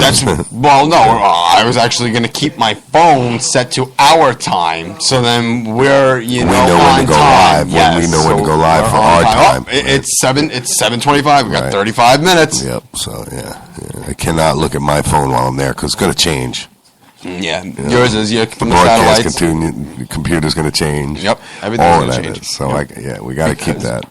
Otherwise, people will be sitting there at 8 o'clock, and our listeners will be sitting there waiting for us to go on, and I'll be doing the same thing that I've been doing. Yeah. Yeah, well, we'll get it right. Don't you worry. Oh, it's going to be amazing in the zoo. I'm really looking forward to it, especially because, like I said, all the animals and being that close and just being able to see what they do there. Meeting Behind Joe the scenes, personally, feeding, yes, prepping, getting everything all ready for each day to so many things that other people that go to the park on a daily basis will not be able to see. We're going to get an inside view of those things, and it's going to be and the only word that comes to mind is awe-inspiring. Well, I used to work at a zoo, so I already know nothing like this. Nothing like this, but I already know what kind of responsibilities it is to care for. You have an idea. I have an idea. Yes, I mean I worked with a zoo that had over 150 animals. Long Island Game Farm. The Long Island Game Farm. Yes, the Long Island Game Farm. I was there for about 3 years, which is not a small place, but it's not a big place. No, it's about 20 acres, I think it was. Yeah. A pretty big place. It housed for about 150 different types of animals, 150 animals. No big cats, right? About 40. They had cougars. Did they? In the summertime, they did have a big cat show. No shit. That was trained cats, jumping through hoops like circus. Right, but there again now, is Long Island Game Farm a conservationist? Is it a zoo for profit? Is it what kind of place is it? It's a zoo. It is. It's a zoo for profit. Yeah. So you're stepping into a whole new world here. This is a place that cares about the animals, for the well-being of their animals, and the money that they make on exhibiting the animals goes for the care and the well-being of their animals. Their animals, of course. Right, not to profit. Not to profit. Right. I mean, the owner to this farm, you should have seen the friggin' house that was on, really? I don't want to say where it is. In the Hamptons. Yeah, no. Yeah. Out east. Out east, yes. Out east, yes. No shit. The owners of the Long Island Game Farm. Yes. Wow. So what you're telling me is once we get a little more in depth in this whole animal activist thing, we're going to be out there in front of this guy's driveway, ringing the bell, asking for interviews. Yeah. Yeah, sure. Well, you know where it is. I do know where it is. I'm not going to say where it is. I really don't want to go out there. Why not? Because my boss out there, I'm not going to mention his name or anything. No. He's a scary motherfucker. He's a scary guy. He's a scary motherfucker. Look at it this way. When I was going out fishing one time with one of my buddies whom I worked with at the game farm, by shorelines, there's reeds and cattails, you know. And the joke was I hope I don't get a tick to crawl up my dick because this guy at the game farm will have no problem plucking it. Oh my God! You know, pull down your pants. All right, I'm going in. He'd do it. Ruthless. Yeah, ruthless. He'd take a knife and fucking cut it off you. You know, if it was sucking your blood, he wouldn't take a tweezer to it. He'd take a knife and just cut the friggin' flesh right off. Yikes! Yeah, that was the jokes that we used to have. That's okay though. Shut up out there. Yeah. That's okay. That's okay. Yeah, he's like, oh yeah, that's okay. That's okay. We can do detrimental things as well. Yeah, we could. Just not so physical. No, but we'll do it over the air. We'll do it over the air. Yeah. We'll do it through our voice. I'm alright, Spider. I'm alright. You alright, Spider? You're alright, Spider. I'm alright, Spider. You're not alright. I'm alright, Spider. Have a good day.